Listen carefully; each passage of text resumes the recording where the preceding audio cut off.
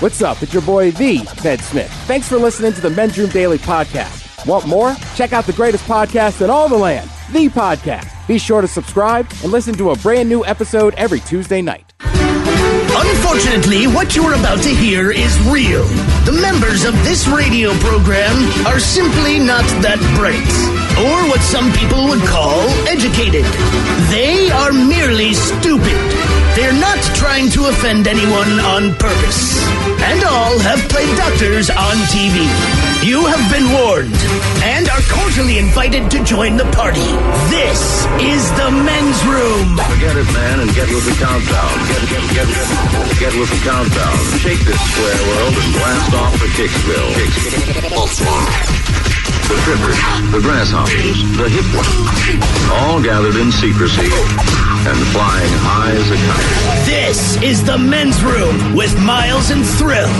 You know what they say, shake your radio more than 3 times, and you're playing with it. You're listening to the Men's Room. And away we go. Welcome to season 17, episode number 3763. Along with Steve the Thrill Hill, the Ted Smith, and Michael Montgomery. And you are the Men's Room. Let's have today the return of Who Sucks Less. We will play Profile This, plus headlines, the Men's Room Shout of the Day, fun with listener emails, and everyone's favorite, TV Time with Ted. Click, clack, drinkity drunk. All right, here we go. Woman goes on a date with a man. Man drives car into a river. They met on Plenty of Fish. Meanwhile, an Uber driver outs a man who leaves his family at home to go pick up some squish. Police give drunk man a ride home. He gets busted for DUI 90 minutes later. In Pennsylvania, don't ask for cream with your coffee when talking to your waiter. And thieves steal a trailer in Nebraska filled with Bruce Wayne scat. That is all coming on today's very special episode of The Men's Room. And now, here's the question.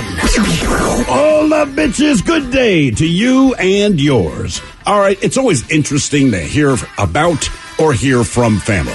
So in India, a couple, they are excited to announce the birth of their first child after years of trying. And by years of trying, I mean 54 years. They've been trying to have a kid since 1968. The proud father, 75 years old. His wife, 70. Jesus. Yep, first kid. Didn't see that coming. On that note, another family, well, they got a call that their 20-year-old daughter had an accident and was in the hospital. Now, that's not a call that anyone wants, but what was the accident? You know what? It's pretty much exactly what you expect. She was on a rooftop when she was attacked by monkeys. The monkeys pushed her off the roof, and she fell. And she would have hit the ground, but instead, she was impaled on a steel fence. Now, the good news is she actually survived. The bad news is she was pushed off of a roof by monkeys. Now, hearing about family isn't all birth announcements and accidents. Sometimes it's something glorious like a wedding. Well, earlier this summer, a soccer player for a Swedish team, he finally married his longtime girlfriend. But what makes his wedding story interesting, well, he couldn't actually attend the wedding because of team obligations. So did they do it over Zoom? No. He wanted to make it more personal. He had his brother stand in for him as the groom. You know, you may now kiss your brother's bride kind of thing. Yeah. Look, today we're talking about family and all the weirdness, good or bad, that family and family stories bring. So it could be something that happened recently or something that happened generations ago, but the story never dies. But today, this is what we want to know. What is the strangest thing that's happened to someone in your family? Be part of the big show. Call 206-421-ROCK. Like the Men's Room on Facebook. Follow us on Twitter and Instagram at Men's Room Live. And send those emails to the Men's Room at KISW.com. Y'all feeling lucky? Luke Combs here, and I have an exclusive opportunity for you to win $500,000 by joining me in the Living Lucky with Luke Combs lottery experience. When it rains, it pours for lucky fans and lottery players who enter to win a chance of a lifetime. Join me in Nashville for a private concert at the iconic Ryman Auditorium in 2024. One lucky winner will have the chance to walk away with $500,000 at the end of the show. From the Virginia Lottery. Learn more at VALottery.com/livinlucky. The debauchery rolls on. You're listening to The Men's Room with Miles and Thrill. 99.9 KISW. All of y'all, away we go. Welcome to season 17, episode number 3763. What a large and in charge program we have for today. Guaranteed future repeat. That is a fact. The return of Who Sucks Less. Steve, I don't know how you do it, but you find stories of people doing terrible things in the news. Yeah. And I know you, it takes weeks to find the stories. Oh, we have a staff of at least 50. Hey, find people that do dumb things. They're so hard to find out there, yeah. But you bring 3 to us, and then out of the 3 stories, we determine which one sucks the least. How are the stories this week on Who Sucks Less? I want to say we covered 2 out of 3 of these yesterday in Mike's headlines at some point, but you might be questioning the justice system. You might question how long it takes for someone to just bury the frickin' hatchet. Yeah. And if you hunt, right? Okay. You have the ability to distinguish what different animals look like. You know that's a yeah. Wow, that's going to make you UW fans happy. That's a fact.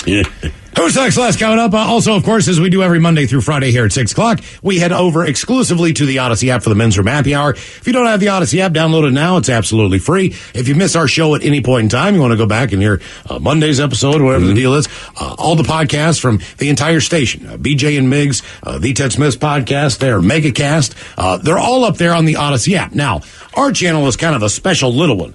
I think there's only like a handful of shows in the company that do a little extra something on the form of like a live show. I believe there are 5 of us total. We're so lucky. It's called the Men's Room Happy Hour, and it's every Monday through Friday at 6 o'clock right here on the Odyssey app. Now, if you don't have it, download it and then favorite that Men's Room Happy Hour channel. We will go live at 6. Today we're going to do kind of a return of Ask the Men's Room. We've got a couple of emails, and we'll get into that. Keep in mind, it is an adult-only segment to the program. The same rules that apply to these airwaves do not apply to the Odyssey app. Correct. So there's a reason it says explicit on the channel based on the language and the content. It's pretty nasty. Keep that in mind. And so far, we have not really had any slip-ups making that adjustment. Typically, when you get conditioned to do something as far as not cussing into a microphone, right, it becomes very hard to do so. There's a lot of times where people think the microphone is off and they blow up on somebody in the studio or whatever the deal is, and F-bombs go out over the air. Those accidents can happen. It's kind of weird to go over to that, go over to the happy hour and know that you can cuss. So that's coming up tonight for you at 6. And our question today, we're going to talk about family and the strangest thing that has happened to someone in your family. And we'll start with a couple in India. They recently welcomed their first baby after 54 years of marriage. That makes them one of the oldest couples in history to have a baby. Yeah. The 75-year-old and his 70-year-old wife had long been trying to have one, but their dream never came true. They visited countless hospitals, clinics, underwent various treatments and procedures. Nothing seemed to stick. Well, about a year and a half ago, the husband approached an in vitro fertility clinic about the possibility maybe of his wife becoming pregnant.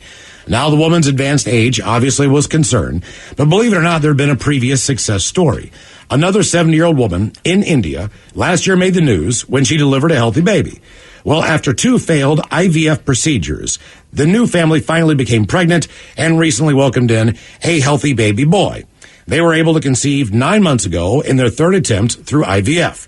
While there was happiness, there was an element of fear also due to the advanced age of the mother. And the fact that the kid will never know his parents. She delivered a healthy baby. That's, hopefully they'll live 20 more years. That would be ideal, but that's going to be tough. If you put money down on that, right? You got to see, he's 75, the wife's 70. Well, she's healthy enough to have a baby, and she was fine. Sure. So I'm assuming that she's in pretty good health. All right. You never know when your day is going to come, but it seems to me like they're both in decent health to be able to pull that off. Because it was his sperm. Sure. So they used his sperm for the in vitro. Still. I mean, if you're still I know, man. I'm just saying, like, when you buy them diapers, like, those diapers will always be used by every family member. Right. Yeah. I mean, when you're young, I mean, it's like buying a new hose. You know, and it just like buying a new hose. You know, you got a new 70-year-old. You know, woman. you got a nozzle on that thing, and you're hosing the yard down, man, and it's powerful and everything else. And you leave that hose out there after 3 or 4 seasons, the nozzle starts to get a little rusty. Yeah, doesn't fire as far as it used to, but not his hose. Exactly. I guess he's doing okay there.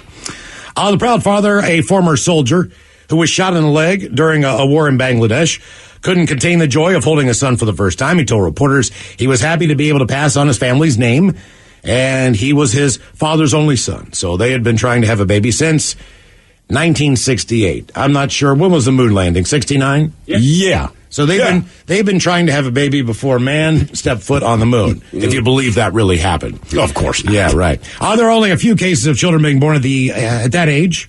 This is probably the first case of a 75-year-old man and a 70-year-old woman having a child. They may be the last Indian septuagenarians? Yep. Okay, to become parents through IVF, as a new law went into effect in July of this year, basically forbidding anybody to have fertility treatments over the age of 50. So they were lucky to have already conceived the baby before the law came into effect. But they are the last of that. Now we have another story as we stay in India. A freak accident by a woman who fell more than 20 feet from a roof and then was impaled by a steel rod. It happened when the woman was being attacked by a band of monkeys. Hey, we're the monkeys. As she desperately tried to, it's the last train to Clarksville, she tried to fight him off. She lost her balance and fell into a bar line boundary wall. The 20-year-old victim was horribly injured as the rod went straight through her stomach and out her back. God. She was not found for about an hour. Ooh. I mean, could you imagine that? Family members discovered her, tried to free her. They rushed her to the hospital with the rod still in her abdomen. She did undergo an emergency surgery. Amazingly, doctors were successful. They removed the bar from her stomach, and she is stable. Her recovery will be long and difficult, they say, due to the severity of the injury. Fell onto a spike. And they're not sure how much she'll fully recover, but it should be somewhat normal. They say wild monkey attacks are not completely uncommon in India. In another incident in July, wild monkeys took a human baby from his father and threw the child off a roof. Damn. Yeah, these monkeys have been going crazy. Images of the steel rod piercing straight to the woman's abdomen circulated quickly on social media.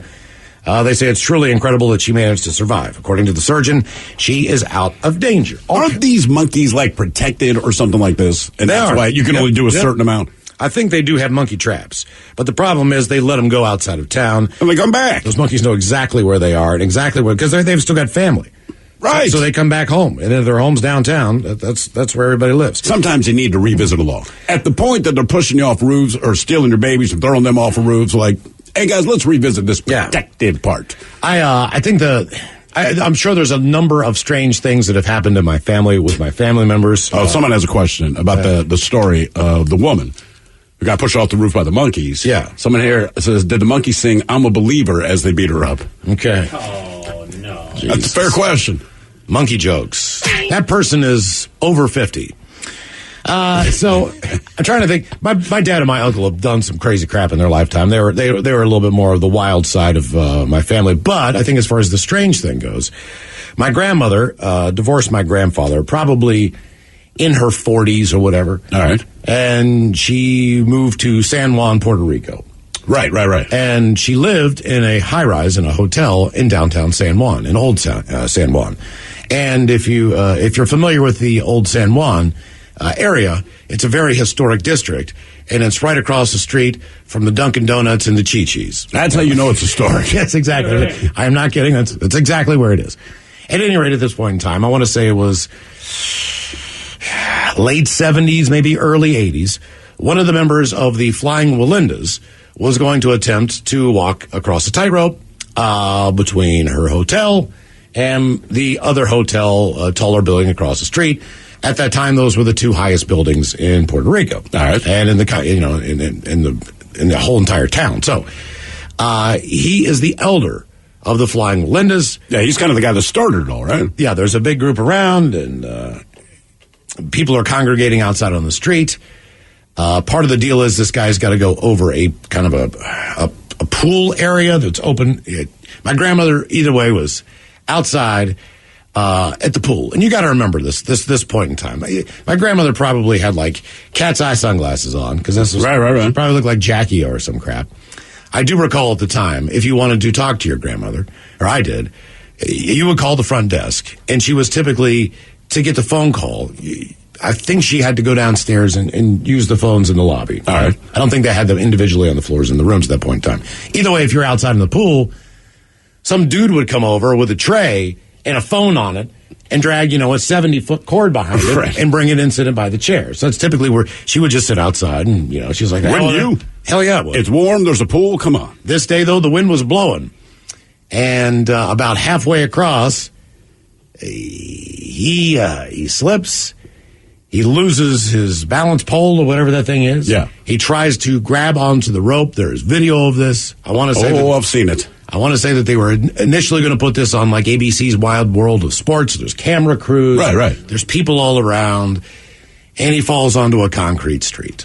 Yep. Right. And the guy, apparently because for some reason, my grandmother was calling either my dad or my uncle at that point in time to tell them what was going on. I don't think a lot of people in real time in the United States knew that this was going on. So she's on the phone. And my dad or my I can't remember, my uncle tells a story, but the guy, you can hear the guy beside my grandmother at the pool, and he turns to my grandmother and he says, do you think he's dead? And my grandmother went, yes. But apparently the sound of impact could be heard throughout the area. But I just think as far as witnessing something very strange. Well, that was, I think that as far as anything that I can recall from stories, there are other weird stories, but deep down, all right? And it's not that, naturally I don't think most people just have a general ill will toward others. But deep down, like when the Wallendas, as we know them now, when he's going to walk across the Grand Canyon or go across Niagara Falls, it's fascinating stuff. But on some level, you want to see his ass fall. And it's not but that's what makes it interesting, right? So he has successfully done these things. I have seen it televised. He did both. And part of me goes, good for him. That is incredible. But the reason it's intense to watch is because if you fall off, hey, man, I got to see that. And I know how that sounds. But think about it like this. Sports Center comes on. They're going to tell you about the latest NASCAR race. They're going to show you every collision, every explosion, every time. When they talk about running of the bulls, they're only going to show you the people get gored. Because nothing else is in it. So you have this weird fascination like, hey, it's like going to the air show. You don't want anything bad to happen. But if it does, you're going to tell every single person that you were there, right? Bull riding events. I mean, hell. Sure. Look, if it's got a Red Bull helmet on, it's going to be the equivalent of like Evel Knievel for us in the 70s. Exactly. There's a lot more outdoor stuff and things like that, but as far as people doing crazy stuff, I liked it when it was prime time. What do you mean? Well, just like when Evel Knievel was going to do a jump from Snake River Canyon or whatever it was. It wasn't buried someplace. It was like 8 o'clock tonight, ABC. Right. And growing up, I never saw him pull off any one of the stunts that have been. He would do little things leading up to the big stunt. But every big stunt that he ever did, that I ever watched, and I love that dude when I'm a kid. Because I'm riding my bike trying to do his crap. He crashed every time. Sure. And broke multiple bones, had to be hauled off by an ambulance. Oh, yeah. And somehow, that's what made it awesome to watch. Like, there's no chance he's going to do this. He believes he can do it, but he ain't going to do it. His track record says he's kind of bad at this. Well, Jaws, the movie, spurned all this weird shark stuff, right? Right. So when Jaws came out, it was hugely popular, obviously. Evel Knievel at this point in time, what's his next gimmick? He's going to jump over a pool of sharks. That's correct. I believe it was in Vegas. Comes down this ramp, hits a ramp, I think he wrecked during a practice run. Right. And broke his collarbone, broke his arm, whatever. He just kind of bounced off the ramp and slammed into a wall, whatever the deal was. But he was still going to try to do it again. But I'm pretty sure they called the thing off. Yeah. But based on that, then Happy Days put out an episode where Fonzie jumps a shark on a water ski.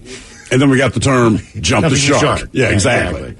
Our question, what is the strangest thing that's happened to someone in your family? 206-421-ROCK. Hello, Tanner. Welcome to the men's room.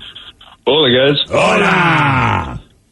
Okay, Mike's going to throw a chair because Miles' story about the person falling reminded me of something totally terrifying when I was a kid. Okay. Neighbor, my dad, we were all out in the yard, heard a gunshot in the neighbor's house, ran over, and the guy tried to kill himself. And he put my dad ended up, he was just standing, I guess the guy was standing over the toilet just bleeding out because it went up through the bottom of his jaw and then outside of his face. And, but he didn't die. And my so dad stuck both of his fingers in his, the gunshot holes by the ambulance got there. You said your father stuck his fingers in the gunshot holes? Yep. And stopped the bleeding until the ambulance was there. Like bowling. And then, so there's there's that. But the one thing is my dad also, my brother was just laying on the living room floor and he's kind of rolling around, and said his stomach hurt really bad. And my dad was sitting there with his bush light. It was just like, oh, you got a bellyache, just tough it out, son. Oh, you have a bellyache, tough it out, son.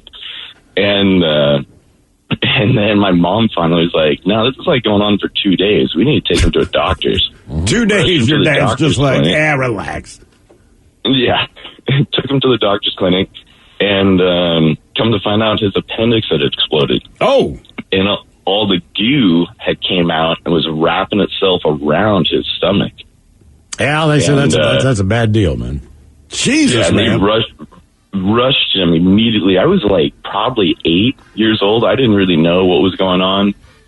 And he's 6 years older than me. And they rushed him to the hospital and immediately did surgery on him.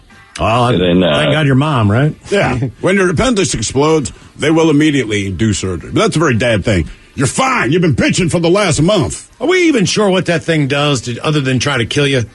Somebody explained it, but what does it do? It still doesn't do much. Well, it can't do much because you can remove it and you're safer.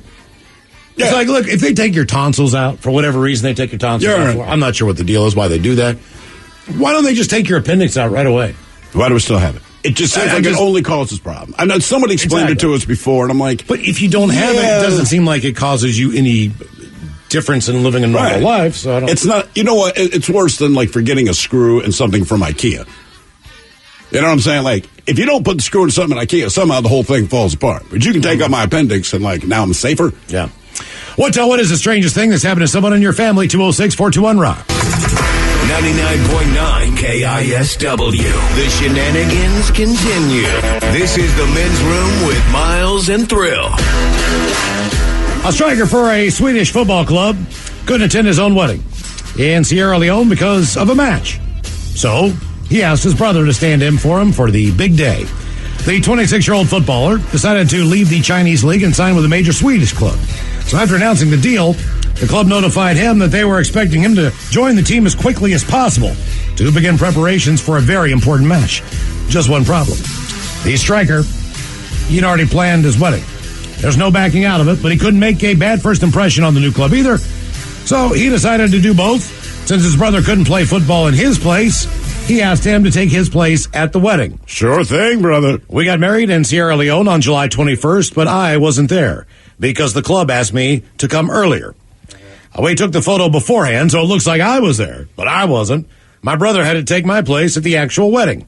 It sounds like a joke, but there are actual photos of the brother and his wife cutting the wedding cake, and the footballer is nowhere to be seen. They published 3 pictures of himself with a new wife on social media before the wedding. They confirmed they were taken before the actual ceremony. I will try to move my wife to Sweden now that she can be close to me. She will live here with me now. I'm sorry I could not make that special day. That had to be a very tense conversation. Yeah, look, baby, you know that new job I got. And we've been planning that wedding and all. So, no, I got it covered. We're not going to cancel the wedding. Hear me out. My brother, the one you don't like, he's going to stand in for me. Mm-hmm. So when he says you may now kiss the bride, can you just kiss him on the cheek? How much money did you say you're making there? Oh, okay, it's okay. It's okay. Exactly. Exactly. What is the strangest thing that's happened to someone in your family? 206-421-ROCK. Hello, Mary. Welcome to the Men's Room. Hola. Hola. Okay, so I have a Down syndrome brother. He's going to be 50 next month. But when he was 5, he climbed out the window onto our roof and went down the chimney. Oh, no. And I'm 10 years older than he is, and it took the firefighters about 45 minutes to figure out where he was, and they were worried he'd gone down toward the furnace. Oh, Jesus. So they had to knock holes in the walls on the main floor and then down in the basement, and they finally found him. But I stood on the sidewalk out there just bawling because I could hear him crying the whole time, and they pulled him out, and he was all covered with soot. He had his coat up over his head, which is good because it kept the soot from getting in his lungs. But we got pictures from newspaper articles all over the country. People sent them to us, and of course they don't mention that he's mentally disabled or anything. Well, look, I he didn't do anything we didn't all want. That's what I'm saying, man. When you think about what Santa Claus does, all those different stories. When I was about 4 or 5. We lived in a Rambler duplex, so 2 apartments in one building. All right. But it was a single-story thing. And there happened to have been a ladder on the side of the house, for whatever reason, leaned up against the side. Yeah.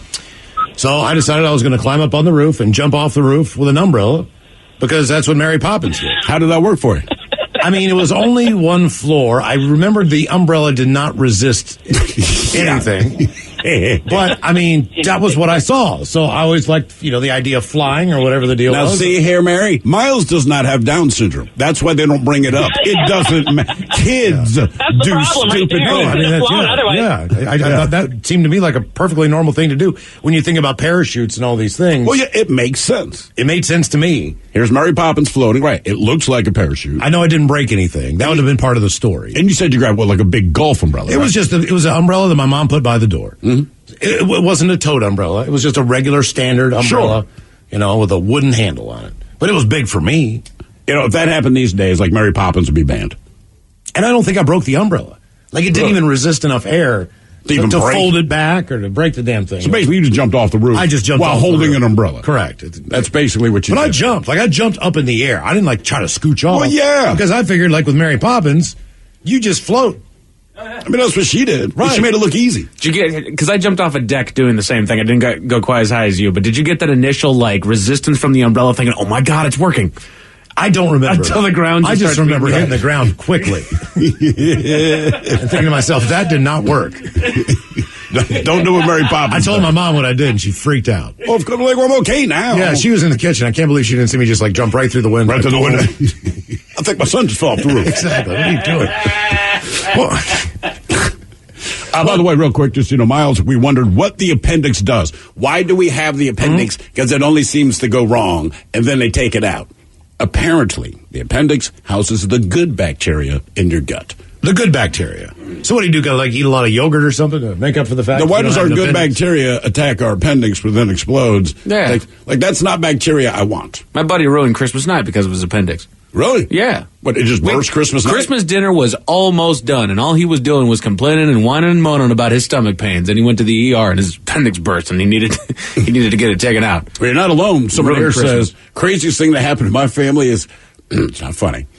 My aunt's friend died at Thanksgiving dinner when I was 15. The EMT showed up. Oh, no. They ripped her shirt open to use the defibrillators. She had boob implants, and my perverted ass couldn't stop looking. Her last words were, and I quote, "I love black olives." And then she was gone. Hey, she put that on the... And the final thing she loved black olives. So this woman is dying at your table during Thanksgiving, and you're like, boob shot. Mm-hmm. And why are there black olives on the table during Thanksgiving dinner? Maybe there were not black olives. I do it. You do black olives on the table? Yeah, we did that all the time growing up. Or maybe she did not have black olives, and that was her point. I've had all this food, and the last thing she wanted them to know, basically, is dinner sucked because I love black olives. To me, Thanksgiving is just the dinner. There's no appetizers involved, really. Oh, yeah. We used to... You put on a cheese plate before you... No, not a cheese plate, but just, if there were, crackers or anything on the table, there was also just a little bowl of black olives that was really? from. I always felt like the appetizer for Thanksgiving dinner was just Thanksgiving dinner before it was completely done. Right. You know what I mean? Everyone just nibbles all day. You're probably going to eat dinner twice within 2 hours. Oh, yeah. And you're going to go back and get something. Sometimes there was olives in the stuffing, too. Never had that either. The lady makes a great stuffing with olives in it. I have not had that. I would try. Miles, just so you know, and Mike says, Mike, I did the same thing, but I did it off of a 2-story deck when I was a kid, except when I did it with a cape pretending I was Batman. And then when I jumped, I yelled, I'm Batman. That SFing. When did Batman fly? I bet it did. At least. Well, no, he would jump off the roof and then he would bring out his cape and he'd glide, right? I mean, he didn't exactly fly, but he'd glide a little bit. Like flying squirrel I think kids style. that age, you really, the reality and what is not is... You're not quite sure. Right, you want to talk about how, the TV and video games and whatnot are influencing kids to do bad things. It's making kids jump off a crap in the early days, and it's never been any different. No. I mean, here's the thing. Look, those are the Grand Theft Auto. Right, it's not a positive message, but I do not fear that my son is going to steal my car and beat up a hooker. Mm-hmm. But he can watch Mary frickin' Poppins, and his ass might jump off the roof with an umbrella.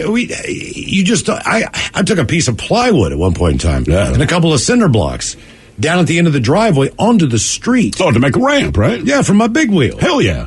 And, I'm launching the big wheel into a street. And it's just made of plastic. It's not like they even have rubber wheels. But what kid did not build a ramp until something catastrophic happened? And hopefully that was my first one. Because big wheel was pretty well. I think big wheel for me was before the bike. Yeah, you always if I had a big wheel. But I do remember, you graduated from big wheel time to actually riding a 2-wheeled bike. So then it got really dangerous when you did the ramp because that thing actually got air. Oh, yeah. And I can't believe, and it didn't matter. You come home crying. These weren't BMX bikes. Oh, no, they were not built for this. This was like a Ross that had like a big flag on the back. And weighed 150 pounds. And right? a banana seat. I remember the banana seats. Mm-hmm. What is the strangest thing that happened to someone in your family? 206-421-ROCK. Hello, Jordan. Welcome to the men's room. Hola. Hola. All right. So back when I was about 17, my brother got a gig dog sitting for this pretty wealthy lady that would travel out of town a lot. And she would be gone for, a week or two at a time. And so we were known to throw a couple parties at the house while she was gone. So one time she goes out of town, and we have the friends over, the buddies over, and we're partying. And we generally would keep the party just in the garage just because, we're not that terrible kids. But I guess we had the party, slept downstairs, and the next morning my brother goes upstairs just to make sure nobody messed with anything in the house. And there was a lady laying dead in her bathroom. Jeez! The whole time. She had been there the entire time? The entire time. What, how did nobody notice the dead body in the bathroom at a party, well, man? She had she had a bathroom, like a master bathroom in her bedroom. Okay. So nobody was going up there and going in her room. And the dog was still there, and obviously she had some place to go, but when your brother got there, the dog was there, so he just started taking care of the dog. Yeah, it didn't even pop into our heads, because, it's not like we went into her room when she was gone. He just checked the next day. That is crazy. Wow. What was the look on his face when he came back downstairs?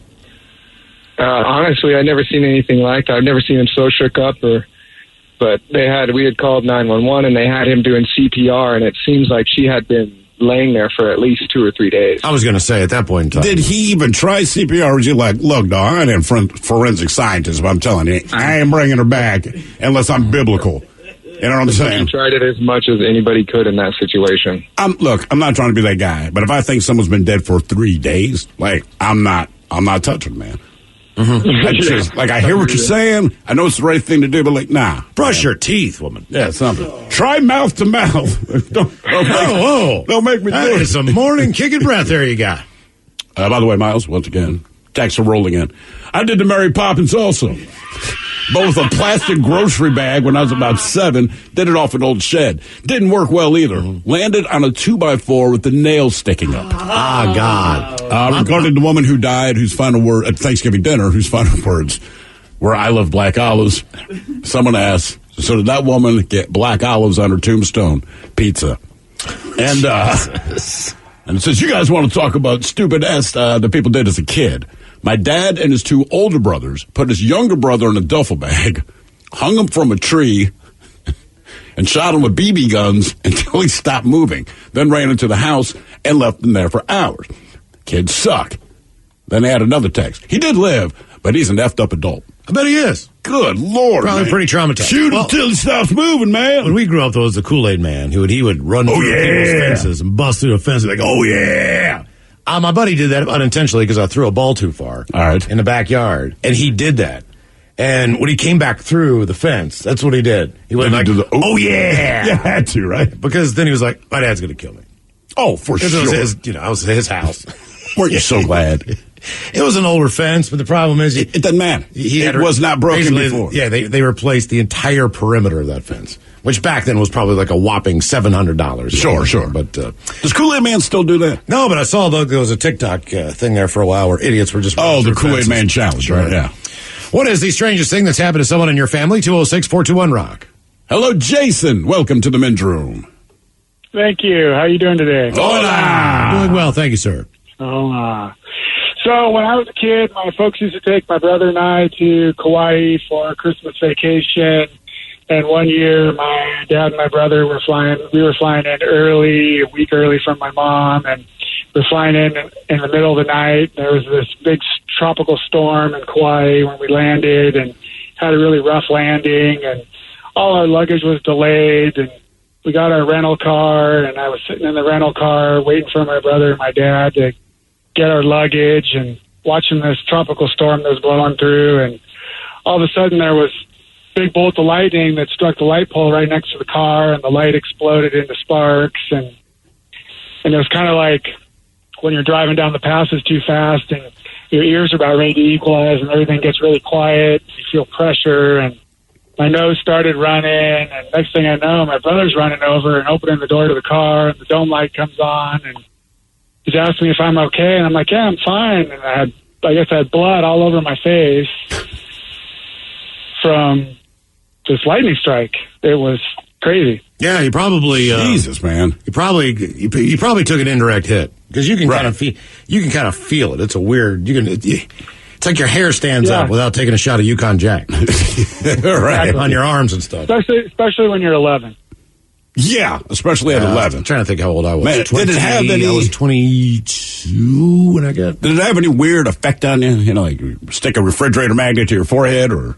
No, I don't think so. No, well, for years and years after that, I could swear that I could tell my brother when lightning was going to strike. So whenever there was a thunderstorm, I always wanted to go sit outside, and without counting, I could actually feel the lightning strikes before they were. Let me get this straight. You get struck by lightning, indirect hit, and after that, you wanted to sit outside when there was lightning. Yeah, I'm just kind of sick. Okay. I mean, it's like if I were attacked by a shark. Like, you know what I'm going to do? I'm going to cut myself and go skinny. Man, those storms in Kauai, when it dumps, it dumps. Well, sure. I was on a hike and it just, it was almost like you're in the shower. Like, turn the hell around that. Right, it just dumps straight down. Every single stone on that trail was like a rounded river rock. Right. Slicker than hell. I'm like, oh, God. And like the cliff just went off to the side. I'm like, this sucks. That's why I don't hike. Hiking sucks. It does suck. It sucks. It's just walking in nature. All of a sudden you get to the end, like, I can see now. Great. Right, great. It took me 3 hours to see this. You know what I mean? And then you stand up there like Griswold on the side of the Grand Canyon and go, all right, let's get the hell off this thing. Yeah, like, what do we do now? Beautiful. No doubt it's beautiful. Sure. Now what? By the way, guys, more people checking in. All right. The Tang drink. Do they still make Tang? Ooh. They shouldn't if they do. Anyway, the Tang drink commercials made me jump off my parents' roof with an umbrella. Dude, Tang really did go into space, though, right? It did, and the astronauts hated it. That was the whole thing. It looks like they do. Yes, they do still make Tang. All right. Is that the one that had like the orangutan as the mascot? I don't. I remember the drink very much from the 70s because as a kid I loved it, and my parents were like, "No, we would rather you just drink straight Coca-Cola and eat mouthfuls of sugar than Tang." Booty Tang. Yeah. Someone else says, my brother, back in the 60s, when he was a kid, he saw a commercial that if you eat a certain cereal, it looked like you could fly. He ate the whole box, thinking he could go pretty much fly to the moon. But he tried to test fly it off her back deck and ate ass on my dad's barbecue. He just... I mean, think about how dumb you are. Yes. Just me and my brother used to make parachutes out of grocery bags for our cat and toss it out of a tree. Oh, my God. I swear I knew somebody in my family. It was like a cousin or maybe it was one of my sisters. They were afraid to eat airheads because they thought that their head was going to turn into a balloon. Are you kidding? Like they were terrified for a hot second there. Look, man, your uncle would steal your nose, and you really thought he did. Yes. I mean, you're just so gullible. I didn't realize how sensitive kids were to that, man. I'm trying to break bread with some 3-year-old kid. This is before I had kids, right? Years ago. So the kid's there. He's kind of talking to me. Nice kid. I don't know what to do. I don't know how to be around kids, so I'll do the I got your nose thing. So I do it, and I'm like, got your nose. And I just watch his face crumple, and this kid starts wailing. I'm like, what the hell's wrong with your dumbass kid, man? Obviously, you got to know that's my thumb, stupid. My parents they had another couple friend group, correct? Yeah. So we would go over to their house on the weekends. They're having dinner and doing their thing. They had a son that was my age, went to a different school, and they also had a daughter who was 1 year younger. Anyway, after dinner, they would give us all flashlights. And they would tell us that we needed to go outside and go snipe hunting. And you would see these birds that only came out at night. And now I can only assume what they were doing in there. Yeah, they're smoking weed. They're smoking weed. They're getting drunk. Of course. They would give us these big-ass flashlights and point us in the right direction where the last time he saw a snipe, it was right there, and he hears it, and he knows where it is. It might be out there a couple hundred yards. Come on, a little farther. Find him on the ground. We'd be out there looking for this snipe. We were snipe hunters. Yeah. And, we were being very quiet, like, shh, don't startle him. Like that kind of stuff. I mean, we're just dumber. Whatever you told us we would do. Of course. But that was their way of like, get these kids out of here for a while. It sucks when your kids get smarter. Mm-hmm. It really does. But I know that's good. I do remember this one point in time. I came back to the porch on the backside, like, man, I don't think there's these snipes out there. And Bill Summer, he goes back out on the porch, and he's got his binoculars, and he looks over there, and he's like, I'll be damned. He's that way. Back out. Almighty. He gave us like a bag. Put him in here. What is the strangest thing that happened to someone in your family? 206-421-ROCK. What's up? It's your boy, the Ted Smith. Thanks for listening to the Men's Room Daily Podcast. Want more? Check out the greatest podcast in all the land, the podcast. Be sure to subscribe and listen to a brand new episode every Tuesday night. 99.9 KISW. We return to the men's room with Miles and Thrill. Doing it live. The 8th year in a row, KISW Live Day. Has it been 8 years? It's been 8 years. When we first started doing this thing, I want to say the first 2 years we did it in studio. That is correct. Just trying to figure out, can we actually have all the music be live, do the commercials live, sound effects, everything. The Foley artists do all the sound effects for us. We do the show live. And it was a crazy experience. Probably the only thing that was different about that was we actually took the phone calls. That is correct, right? But either way, we took that show on the road, Snoqualmie Casino. We'll see you Thursday, November the 3rd, as KISW presents our 8th annual Live Day One-Hit Wonder Masquerade Ball, which means all the tunes will probably be one-hit wonders. Yes. Like Blind Melon, or I don't know, whatever. Either way, tickets go on sale. What is their song? This Friday morning at 10 a.m. No rain. Near. We played all. Oh, yeah. Right. Shannon Hoon. Okay, Shannon Hoon. Okay, I got you. Shannon Hoon, who used to be Ricky Rackman's assistant at MTV back in the day. Are you being serious? That's exactly how he got his start. Okay. Yeah, Headbangers Ball. I remember Headbangers assistant Ball. Brought him his coffee or whatever he needed back in the day. And then became the guy behind Blind Melon. Yeah. Then OD'd.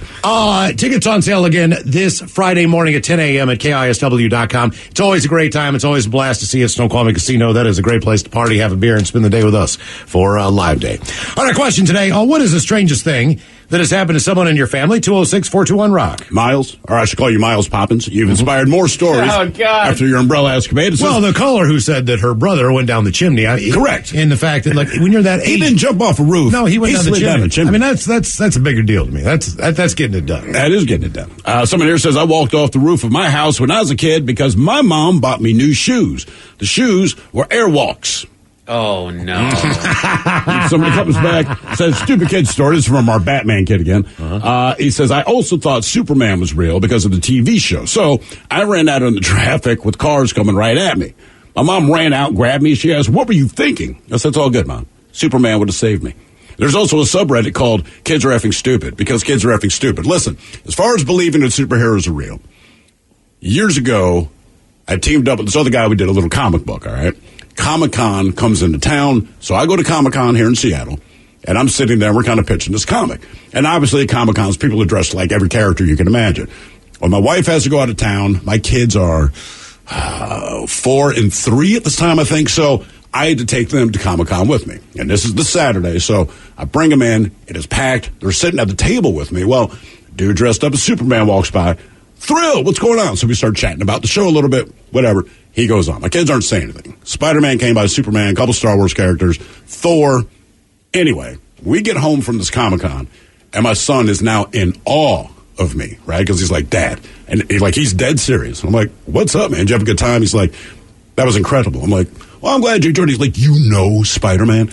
And I realized at this moment, so I was like, well, you saw me talking to him, right? And he goes, he's a fan of your radio show. I said, it seems that way. Even Crime Fighters got to laugh every once in a while, right? Man. He, Batman, Spider-Man, all this stuff. So for about a year. He told him he helps with the drive home every day. Yeah, so for like a year, he seriously thought that I specifically worked with the superheroes. So like, as far as he knew, I was an employee of the Avengers. I'm an employee of the Justice League. And I'm like, well, hey, you saw me talk to him. What are you going to say? Well, yeah. I'm telling you, it's probably the best year I had with that kid. Every time I came home, he's like, did you tell Spider-Man that I said hi? I said, well, he's not Spider-Man when I see him. He's still Peter Parker. You know what I mean? When he's Spider-Man, he's got us to do. That's what it's like. His job is Spider-Man, right? But so I said, when I saw Pete, yes. I said, hey, man, my kid says hello. It meant the world to him. I bet. Oh, man, I was because my wife's like, is this a good idea? I'm like, don't care. I am the coolest dad in town Has right he called now. you out yet? No, I mean, he remembers back, and it's just kind of a chuckle that we had. But he just, like I said, he was real quiet the whole time we were there, but couldn't figure it out. And I realized, like, dude was stunned because in his mind, every superhero listens to our show. And I'm like, you're damn right they do. Yep. That's right. What is the strangest thing that's happened to someone in your family? 206-421-ROCK. Hello, Daniel. Welcome to the men's room. Liquor and whores. Liquor and whores. Hello, gentlemen. This story is about me, actually, and it's the strangest thing that ever happened to me, if that's okay. Sure. Technically, you're part of your own family, right? Even though they don't want you. Technically. It was back in high school. My buddy had a New Year's Eve party, and he had a couple of church friends over, a couple high school buddies over. Well, at the end of the night, there was a girl there that was cute, and we were all kind of hanging out down the bottom rec room area, and everyone had left. So me and her were on the couch, and we started kind of getting it on. Well, the door slams open, and it's his older brother who's yoked. He's a Marine, pretty scary guy. Like no, it's okay. Keep going. We're going to be, him and his girl, he was like, we're going to be on this couch over here. Me and the girl. Okay. And his girlfriend's really cute. And it's now his wife and stuff. But anyway, she shuts the door. They start going on that couch. Like a minute later, there's a little tap on my shoulder. He's like, hey, do you guys want to switch? Ooh. Did you say yeah? Hell yeah. Nasty, yucky mouth. Yeah, right. And so, yeah, the strangest thing that's ever happened to me. That is very weird. So this guy, he's still with his wife now? Yeah, and they have a couple kids now. And do you guys ever, obviously not around the kids, but do you guys ever bring it up like, hey, man, remember when I drilled your wife before you got married? No, it's actually like the last time I think I'd seen him. Ah, that's a shame. All right. You got to find a way to, I don't know, reconnect. I don't have any of those friends. I sure as hell don't. I don't. I would know. No, the friends I would have. Oh, if they could, they probably would. They just wouldn't invite me. Exactly. Hey, man, is your girlfriend busy? we need her. We'll be just right back. Remember what my wife said. Anyone but Miles. What time do you go to work? What is the strangest thing that's happened to someone in your family? 206-421-ROCK. Hello, Christina. Welcome to the men's room. Hi. Hola. So, my nephew and my sister were going from the 10 feet from the garage into the front door, and a crow pooped inside of my nephew's mouth. Yeah, all my brother-in-law could say was puke and rally. I mean, what else are you going to do, man? I can give you some scope. You should listen for the shot of the day today. We can beat that story. But crows. It has happened to my dad once as well. He also had a crow. Was it a crow specifically? No, I don't think it was a crow. I think it was a seagull, but still. All right. Well, crows specifically trying to poop on people. That's what I'm saying. Like they really do. I mean, if they're on the power line, you look up, you're like, I know what you're thinking, buddy. Right. Because I would do the same thing if I could.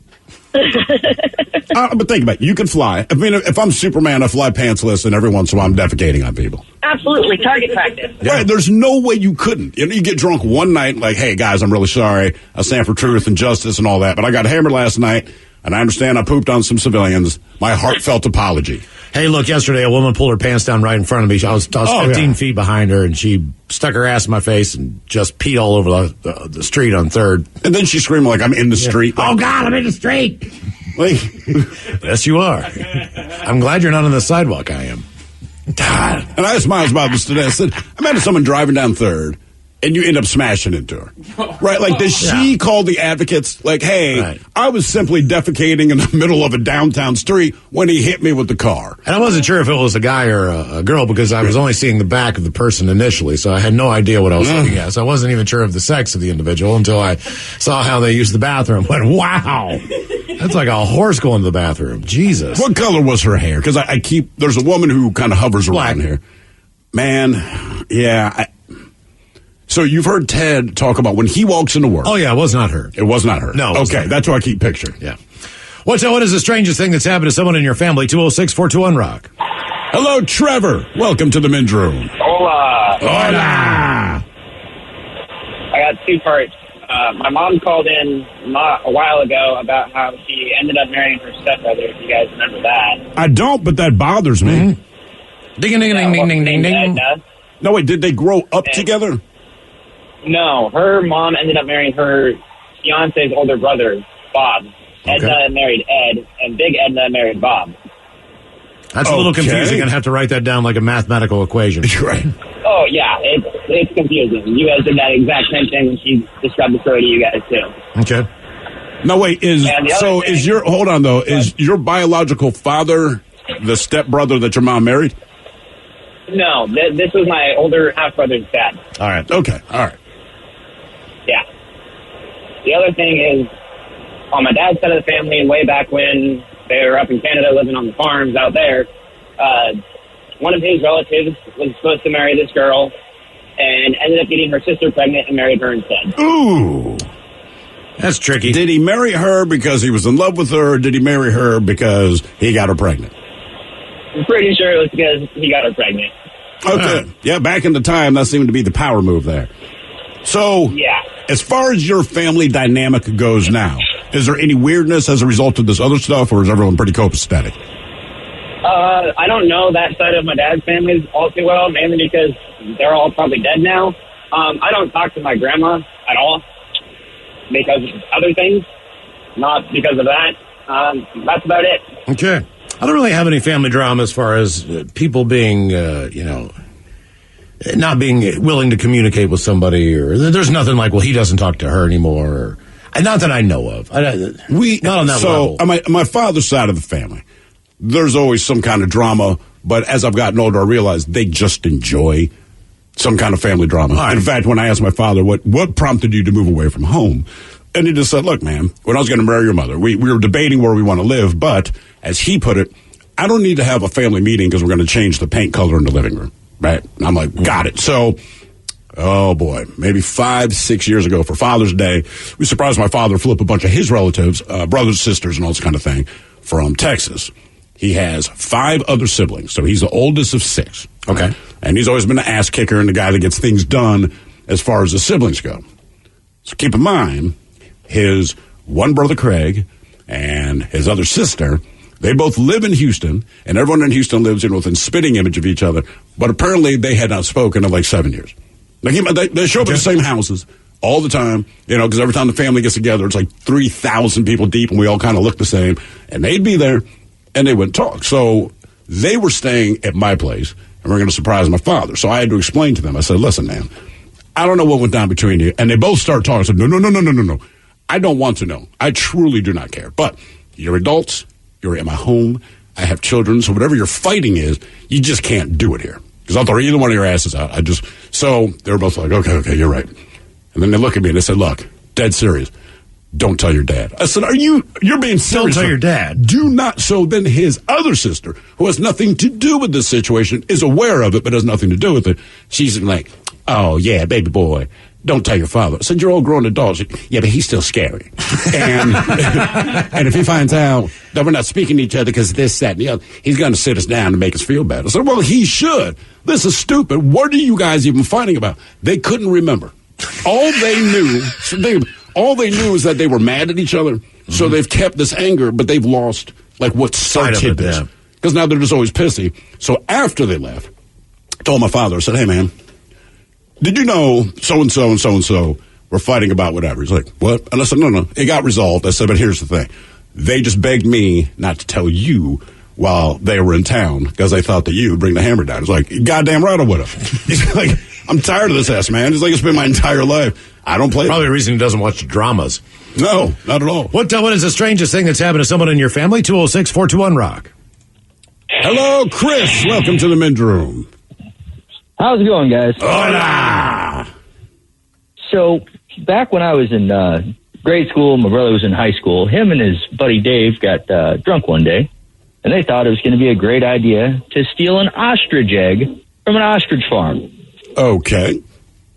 Well, little did they know, the little old man was outside that owned the ostrich farm, and probably would have just gave them the ostrich egg because it was just sitting out in the field.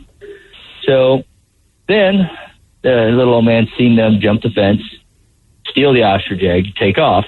Well, he called the cops on them. Cops chased them, got into a car chase, and my brother's infinite wisdom, he's like, oh, we've got a bunch of property behind our place. We'll lose them out there in the trees. Well, he got his S10 stuck about 40 yards from where the cop car got stuck, right behind my parents' house.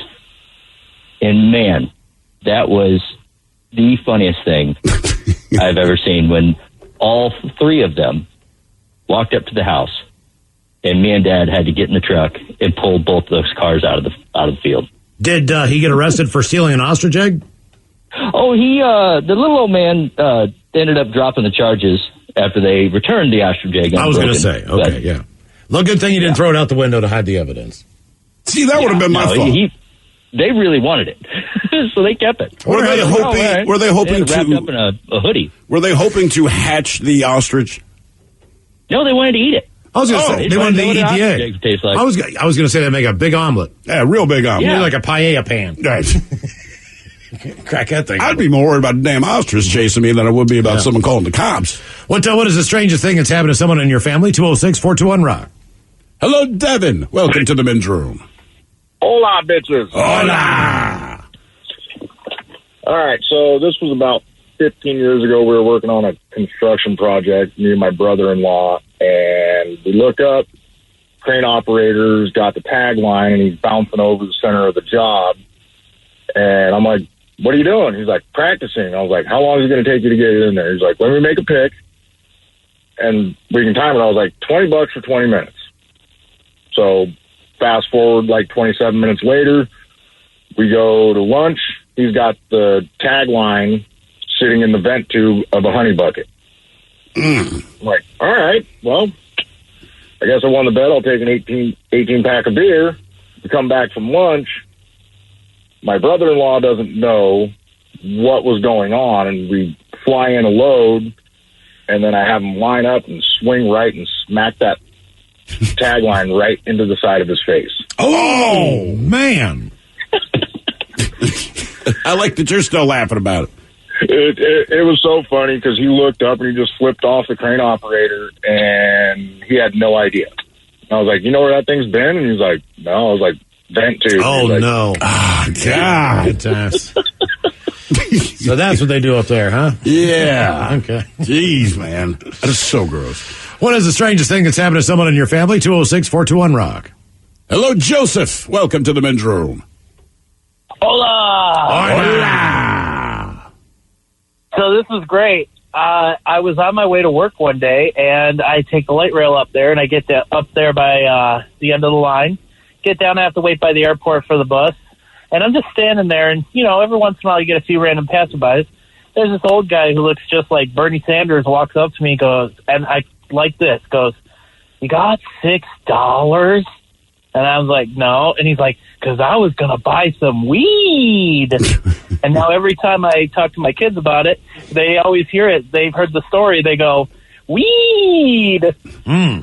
That's what happens, man. We got a guy who we call something to eat guy. That's our nickname for him. 100% of the time. You've been downtown over the last 15 years. You've run into some to eat guy.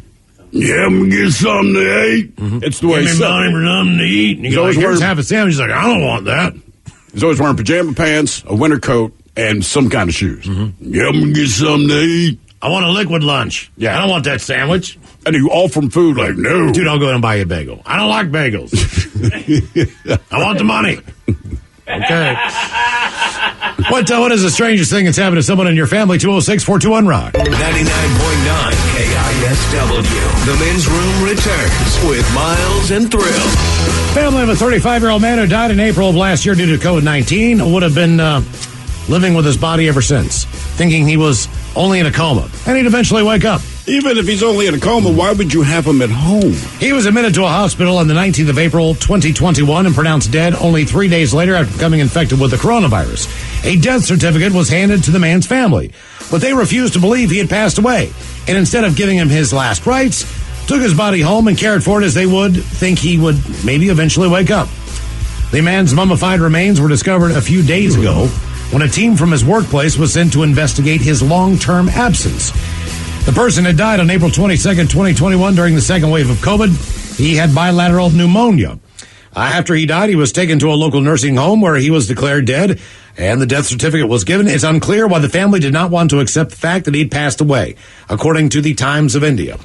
Our question, what is the strangest thing that's happened to someone in your family? 206-421-ROCK. A couple of quick comments here. Says someone at the fair walked up to us and said, you got erect nipples, and then just walked away. Were they right? Is it Tracy Morgan? You have erect nipples. I would have hanged my coat on one. And then it says, my old buddy Troy, his mom and dad got divorced. His mom married dad's brother. and Dad marries Mom's sister. So he then had Aunt Mom and Uncle Dad. Good times. Good times. Hello, Stephen. Welcome to the men's room. Hi. So I got this pretty funny story. Back when I was about 14 years old, my older brother stole my mom's motorcycle and got into an accident with it, spilled it. It was pretty bad. So my parents decided that the best thing to do would be press charges. So he went to jail for about a year and a half. Wow. How old was he at this time? He was, I think, 20. Okay. All right. So he was an adult. Yeah. And he, while he was in there, he joined a white supremacist group. Cool. Yeah. He got some Nazi tattoos in there. And then when he got out, our family was not communicating well at the time. But we greeted him back into the family, noticed these tattoos, and that's when my mom says, "You know we're Jewish, right?" Shalom. And so... Well, Happy New Year to you, buddy. Yeah. So we spent the next couple of years getting the tattoos removed and stuff like that. But... Well, you probably needed to do that anyway, one way or another. Jewish or not, probably good. I don't think that has anything. I always thought if you got the swastika tattoo, an easy fix, turn it into the Microsoft logo. Mm-hmm. That's a good idea. It's almost like that. Then I wonder it's almost like Clayton Bigsby or Clayton. Yeah. The Dave Chappelle character who was blind. He was black, but he was a racist. Right. He was like a member of the Klan, black dude, but he's blind. But I always thought, just do the Microsoft logo. And then people are like, what is your dedication to Microsoft? You go, man, actually, it's not that. I'm an Apple guy, but it used to be a swastika. Right? I mean, it's the only thing I can think to cover it up. Welcome back to the family. We're Jewish. Mm-hmm. What is the strangest thing that happened to someone in your family? 206-421-ROCK. Hello, Willie. Welcome to the men's room. Hola, bitches. Hola. So, a very large family with some very weird characters, but I had to narrow it down to this one. All right. My brother-in-law, the day that Mount St. Helens exploded, May 18th, he was in Washougal, Washington, right outside of Vancouver on the Columbia River, and decided he better drive back to Tacoma because he had to go to work Monday morning. Wait, you're saying Mount St. Helens had blown, and on that same day, he's like, ooh, I should get in the car and drive north? Yes, my mother said, the mountain is blowing, and then he's like, I got to get to work. So he got into his car against my sister's wishes and everybody, but he was like 22 years old and thought this is going to be an adventure. And I'm only relating what he has told me, but he got to a point where the police were stopping him and saying, well, you can't go any further. And he would tell them, oh, I have friends that are just up the road.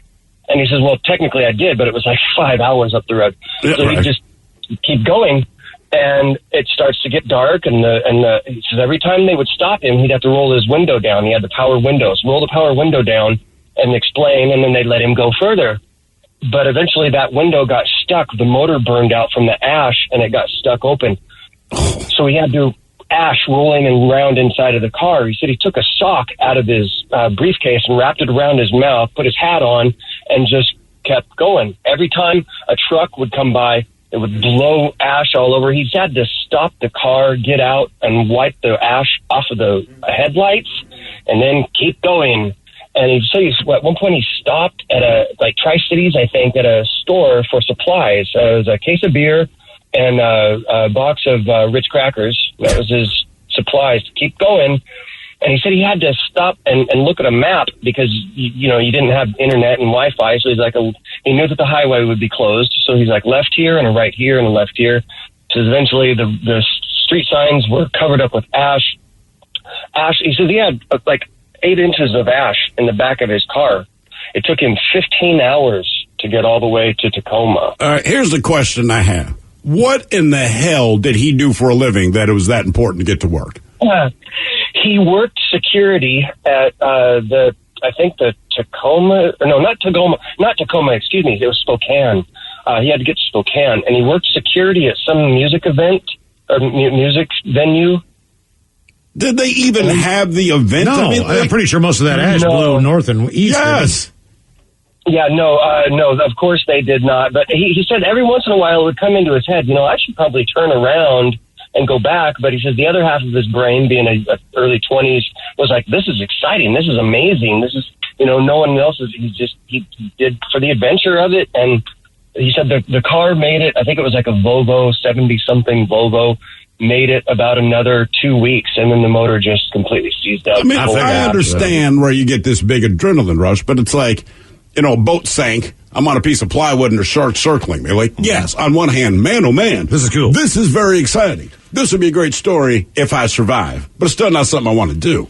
Probably like driving in a snowstorm, other than the fact that, it's ash. But it's a snowstorm. Exactly. It's still not a great thing, but it's better than like a volcano exploded. I mean, hell, I was living in Rochester, New York when Mount St. Helens blew. And within like 2 or 3 days, the ash from St. Helens was over Rochester. Wow.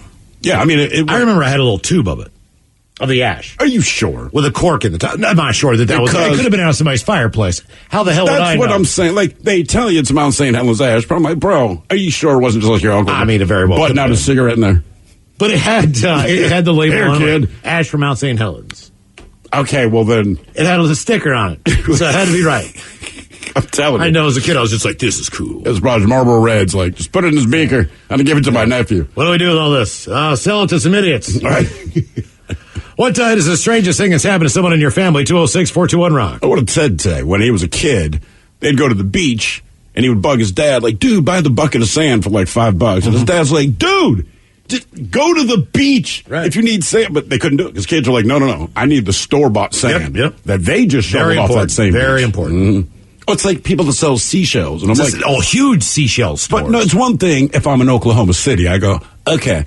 It's another thing when I'm at the beach and you walk into a place that's on the board. We're like, we have seashells. Like, yeah, they're littered all over the beach. I'm it's kind of like hunting on a game farm. Right. Like you really should be out there walking in the morning at 5:30, 6 o'clock. And they'd say, the joy of the hunt, man. Sure.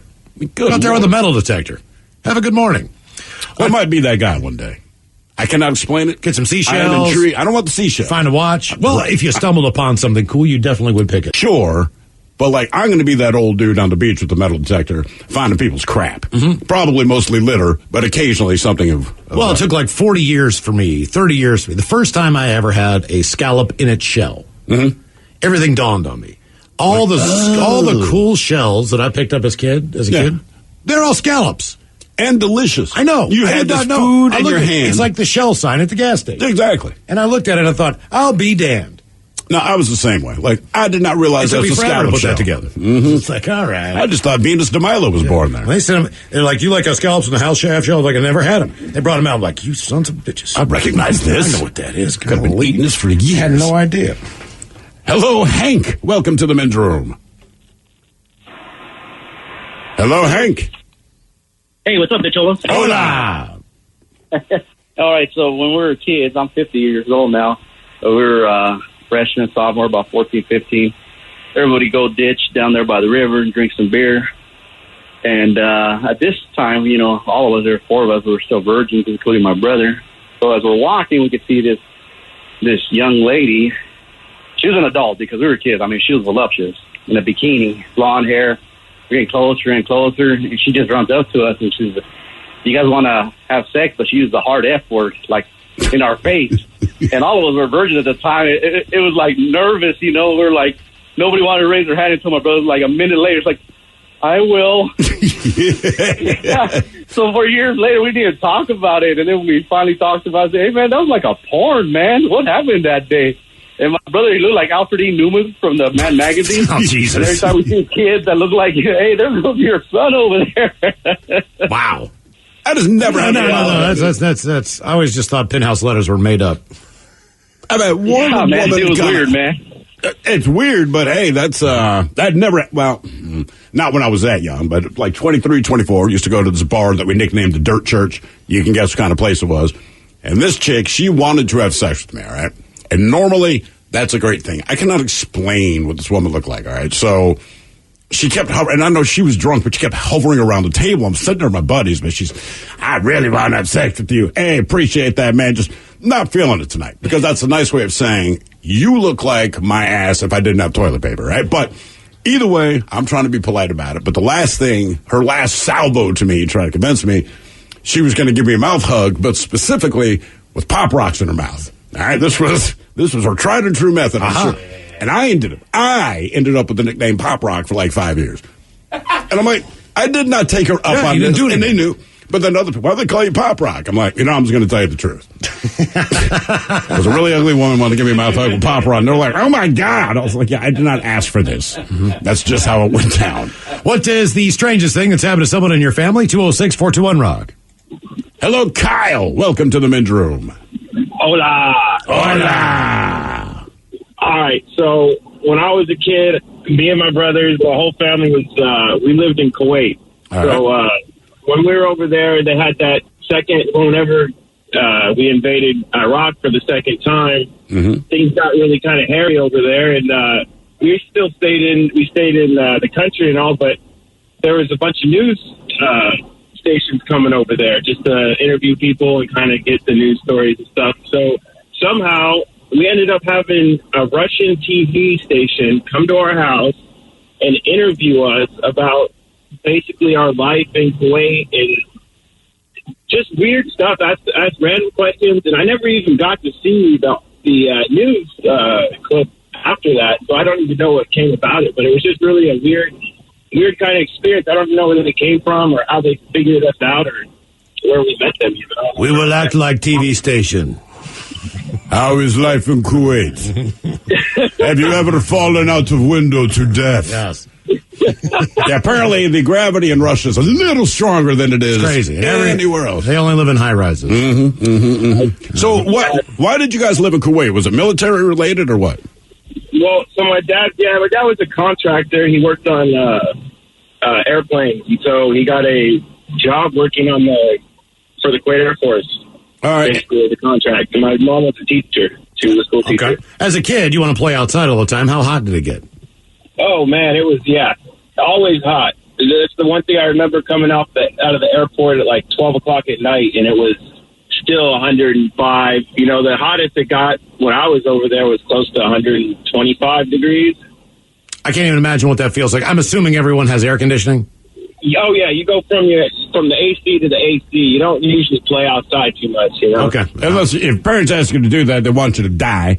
And one other thing, man, so when you live in a place like Kuwait, which most of us here in the States did not know much about until, as you said, the invasions of Iraq and all that, did you guys live in a community of other Americans, or were you just out among the locals? Oh, no, we lived among the locals, man. Like, we walked around the block, and, we'd always be getting into trouble doing stuff like kids do. And anytime somebody wanted to know where we were, that's where the white guys were, the white kids were. They just point you right to the house, man. So, like, anywhere we went, we were noticed. But we lived right in the middle of the... What about wildlife? What did you have to look out for as a kid? I mean, were there snakes? What was the big fear as far as what you might stumble upon? Nothing really in the city. There's really... It's really desolate, so you don't have to worry about much. Out in the desert where there's not anybody, you might have to worry about a snake or two. But there's a lot of wild cats, a lot of wild dogs, but that's about it. Okay. And a bunch of wild cats. I was wondering, like, what lives in 125 degrees and wants to stay there? And nothing is happy. It's impossible. It's like polar bears, right? They're like, look, if they smell you, they're going to hunt you, they're going to track you down, they're going to eat you. I'm like, right, because where they live sucks. I just think they're bitter in general. Yes. And yeah, I know they don't eat much, but same thing with the desert. Like, it sucks living here. If I see you, I'm going to try to kill you. And what is the strangest thing that's happened to someone in your family? 206-421-ROCK. Hello, Mike. Welcome to the men's room. Hello, naked ladies. Hola. Hey, check it out. When I was growing up, my grandparents on my dad's side of the family didn't like my grandparents on my mother's side of the family. Well, as time goes along, my grandpa on dad's side of the family dies, and grandma on my mother's side of the family dies. About a year later, my parents and a couple of aunts decide it's a good idea to hook the remaining grandma and grandpa up. Sure enough, they go out on a date and hit it off after hating each other. So they decided they like to do the snowbird thing. And as they did that, I would move into their house for 6 months out of the year. About how old were you at the time that all this went down? About 30. Okay. This was like almost 35 years ago for me. So anyway, the last time they were down there, Gramps' Alzheimer's is getting real bad. So they come back early, and I have not had a chance to get out of the house after having drank up all their liquor and messed up the house. The place is a disaster, and they just show up one day. So we get through that, and that evening, everybody kind of goes to bed, and I ain't thinking nothing about nothing. Now, my grandparents are both deaf, and so they're both loud. Oh, and no. out of their bedroom, I can hear them going at it. I picture And sounding they're like eating the ball. Oh, I see. They're like 80 at this time. So anyway, I can hear Grandma out of nowhere. She's like, Tom, you're hurting me. Oh, God. And Gramps is like, just a minute. Let me get some Vaseline on it. Oh, Jesus. That's a lot. Oh, my God. So they finally get all done, and Grandma gets up, and she's heading down the hallway toward the bathroom, and Gramps hollers out of the bedroom, "Sweetheart, could you bring me a tissue or something so I can wipe this up?" Oh, God. Oh, my God. It took me like 2 weeks to find a place to get out of there and move out. Them old people are like rabbits. They were hitting it like every other night at least. And it was always just like that. Okay. There's hope. And did it make it worse that it was like grandparents from each side of the family? Yeah, that was kind of weird, too, because then the big running joke is my dad married his sister, and me and my brothers were all illegitimate. Damn. I do not envy you, brother. I truly do not. My buddy went out with Let me get some Vaseline. Oh, stop it! My buddy went out with a girl who we knew most of our life when he was 19 years old, and she was deaf.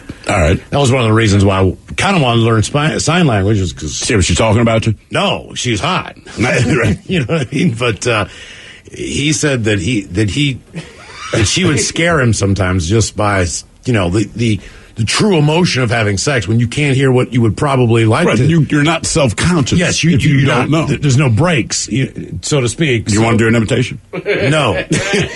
No. But will you do it off air? Yeah. Okay. I mean, he was like, at one point, it's hot, right? But it's loud, so right. It's like depending on where you are situationally, you need to be cognizant of Did you ever overhear? Oh no! I was never. He just. He's just trying to explain to you. The first time I was scared to death. I was like, I had to look at her like, "Are you okay? Right? Am I hurting you? Are you okay?" Like, is this consensual? Is that noise something that would come out of someone? Does that mean you like this? I'm not sure if you're enjoying this or if this is not okay. Right. I just need to check. You're freaking me out. Right, exactly. We can just stop now.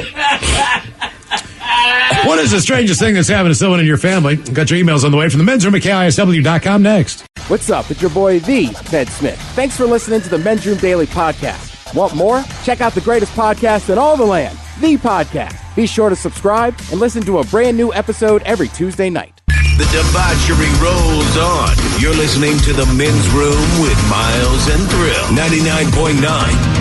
KISW. Return of Who Sucks Less coming up, and first time for a few emails from the men's room at KISW.com. You've got mail.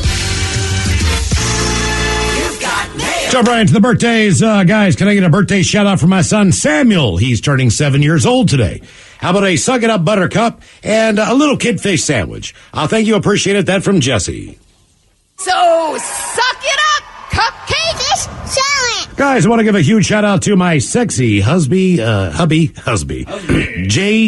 On his very special day, he always puts everything and everyone first before himself. He keeps our environment clean and saves me from spiders on a daily basis.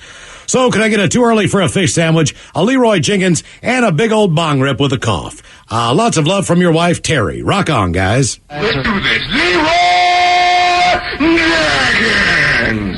Too early get a fish sandwich? I see what you're looking at there, Mike, and I could have done that. Yeah. But I didn't think about it till just now. Oh, good, man. God damn it.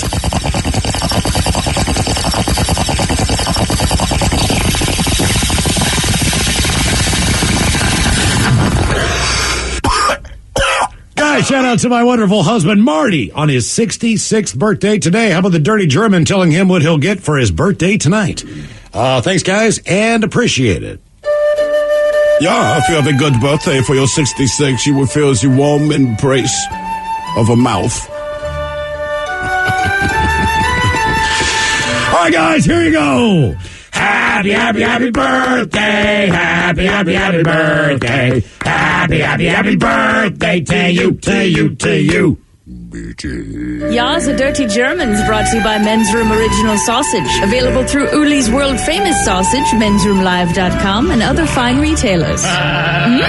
Schweinefleisch. Think about a couple extra emails. We were talking about porch thieves stealing stuff, and someone kind of, I guess, put some box of dirty diapers. That's what it was, and they brought back cow manure, the people who stole the package, because they were pissed off. Yeah, they're mad because the person wanted to stop stealing their So we're stuff. saying we should have we have a great idea. Let's put out like a metal box, just screw it. Yeah. And someone texted us and said, they pitched that article on Shark Tank years ago. Yep. We thought we were going to make millions, not have to do this anymore.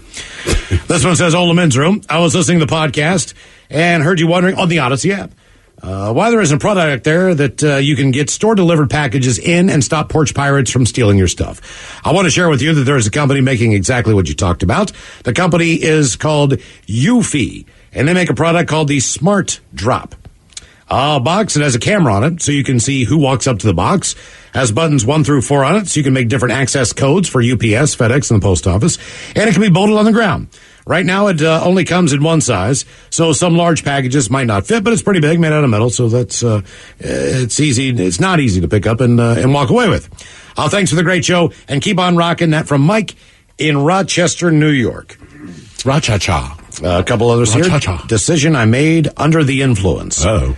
Macholos, it was my, at the time, girlfriend's 21 run, where my best friend and I devised a plan for a motorcycle trip to Yellowstone while heavily drunk at a bar. It was a crazy 2-week trip, complete with being told not to signal the motorcyclist 2 wheels on the ground to Hell's Angels members while riding crotch rockets, met a living ghoul in Montana, ran from summer rainstorms, saw a tree covered in skulls on a shortcut, and had one of the best bison burgers ever in Yellowstone. Keep on rocking. That from B-Dub. As far as the subject, what is the story behind the name? Guys, catching up on the podcast. First of all, I worked with a very hot Bertha at a company in around 2008. She was 5 feet tall, 120 pounds, all boobs. I tried my best to get a date with her, but it never happened. Basically, I was not good enough to date Bertha. Secondly, my name is Elliot. I read once that the name Elliot became popular in the late 19th century because that was the name of the forceps used in childbirth. The Elliot forceps. Yeah, that's a great reason to name your kid that. Can you imagine naming your child after the steel instruments that pulled them out of your vagina? That was my mom's thought process at the time. Thanks, guys. That from Elliot. Oh, yeah, makes sense. We had a story a while ago about a hotel in Japan that basically had a kegerator in the room. Each room, right? And whatever your room charge was, they offered you X amount of beer per stay. It was like right next to one of the local breweries or something like that. Okay, all right. All the bitches, American guy living in Japan. I listen to your podcast every day on the way to work here. Always get funny looks as I'm laughing to myself on the train.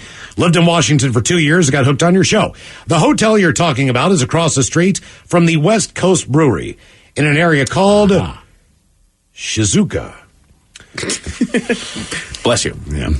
Take a tour, then stay at the hotel. 10 liters of beer in the room. If you can't finish it, bring what's left home in a growler. Me and my buddies are trying to plan a trip there in November. Should be a blast or a total S show. Hope you guys can make it over to this side of the world sometime.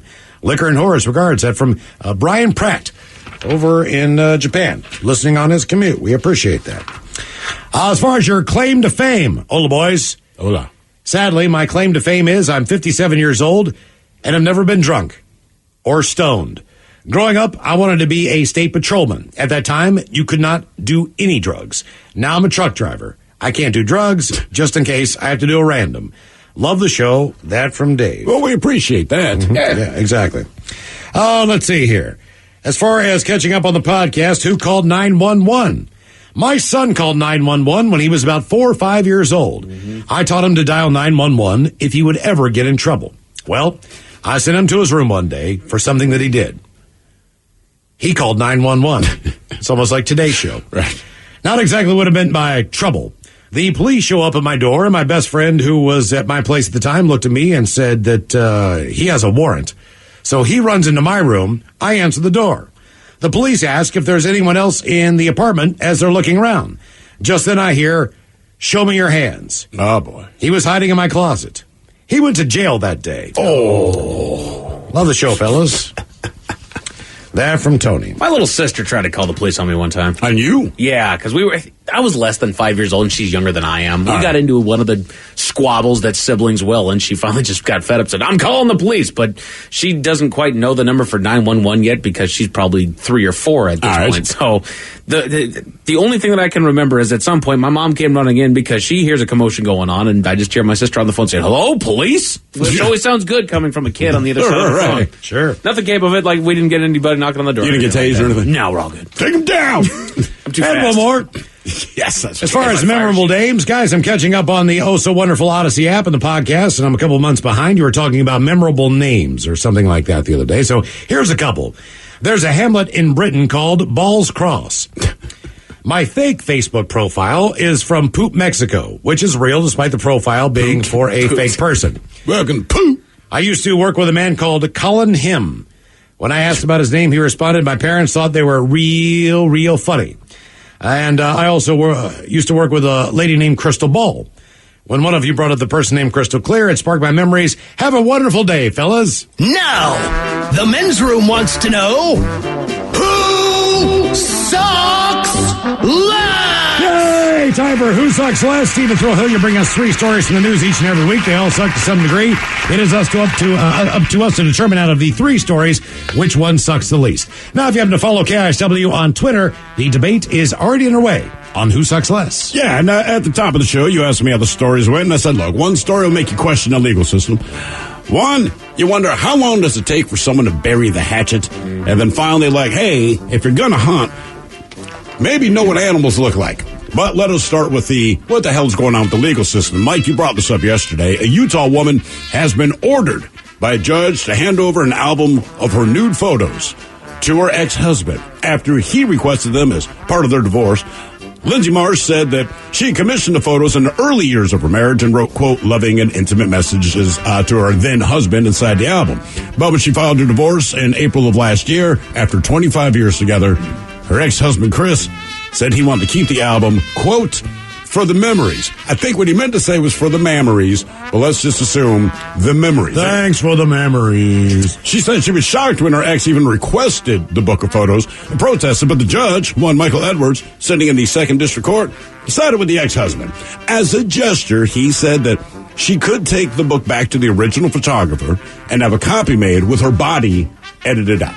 So she went to the photographer, but the photographer refused, arguing that the images were art, which should not be altered.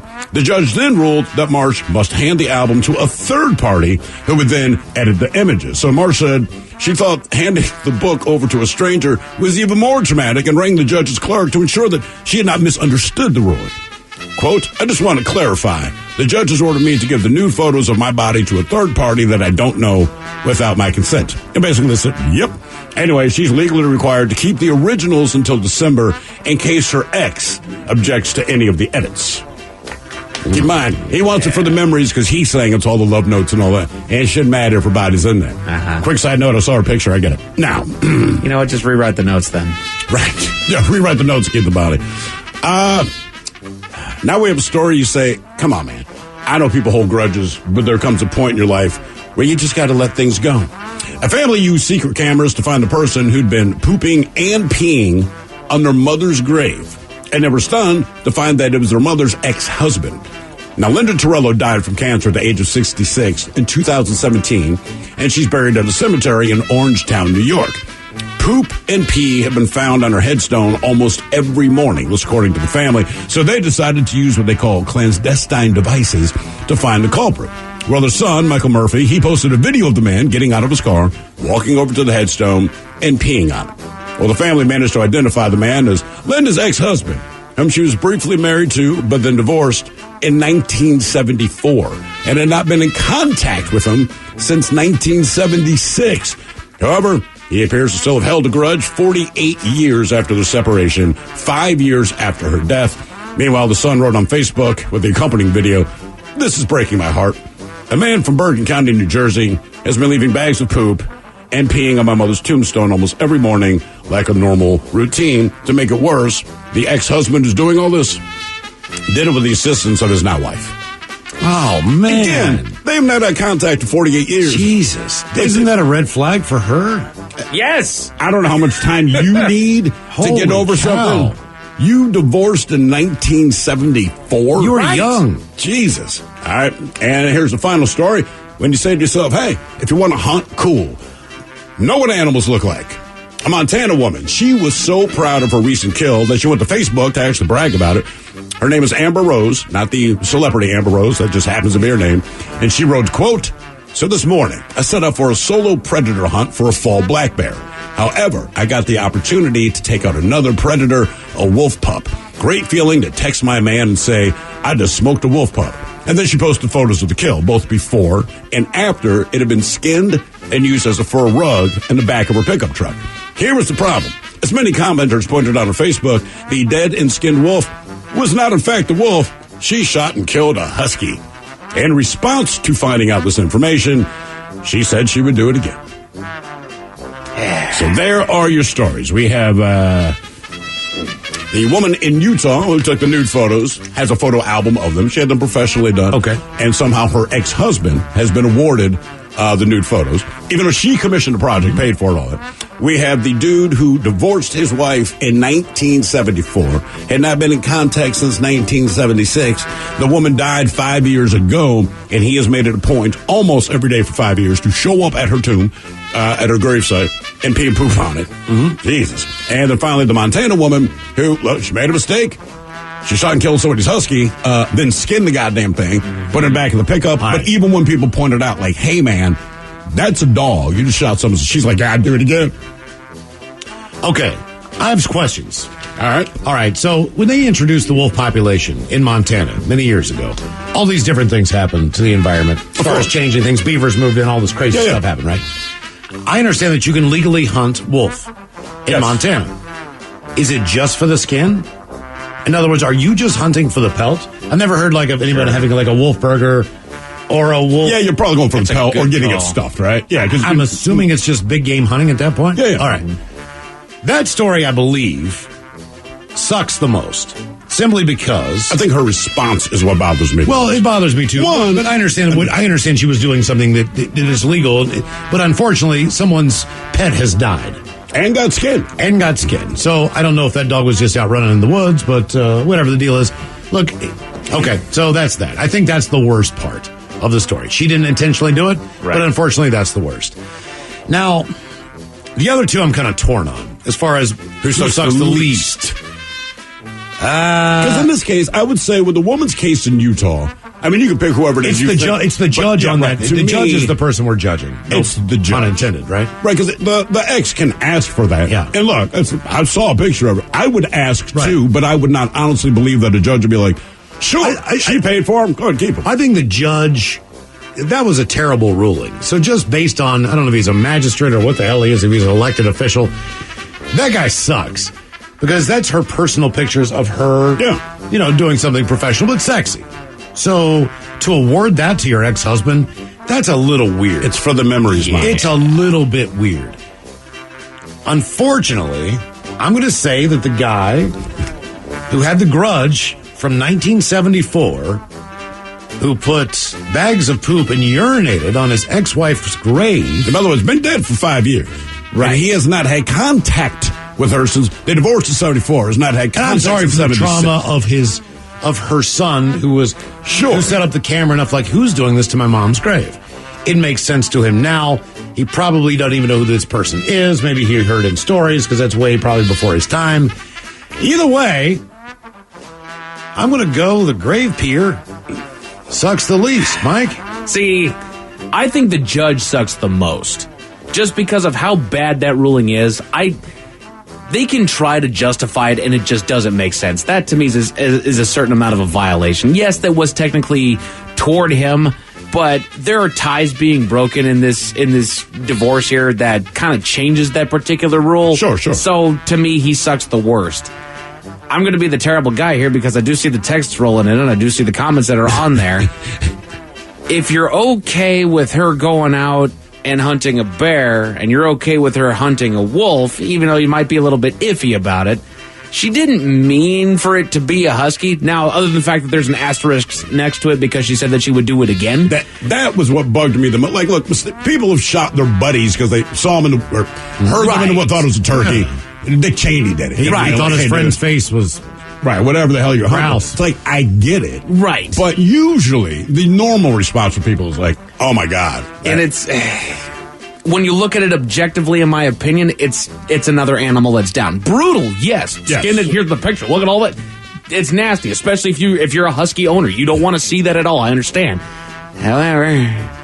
Now, I feel recovered because you're being very objective about it. And the thing about it is, the reason why it wins is because this man has such a long-held grudge over this deal that it doesn't make sense when you go this far with it. Also the fact that his girlfriend present accompanying him on these trips means that she is not getting the memo. Right. Yeah. And I mean, there are flags out there, folks, and you need to know when to identify them, and that is a definitive one.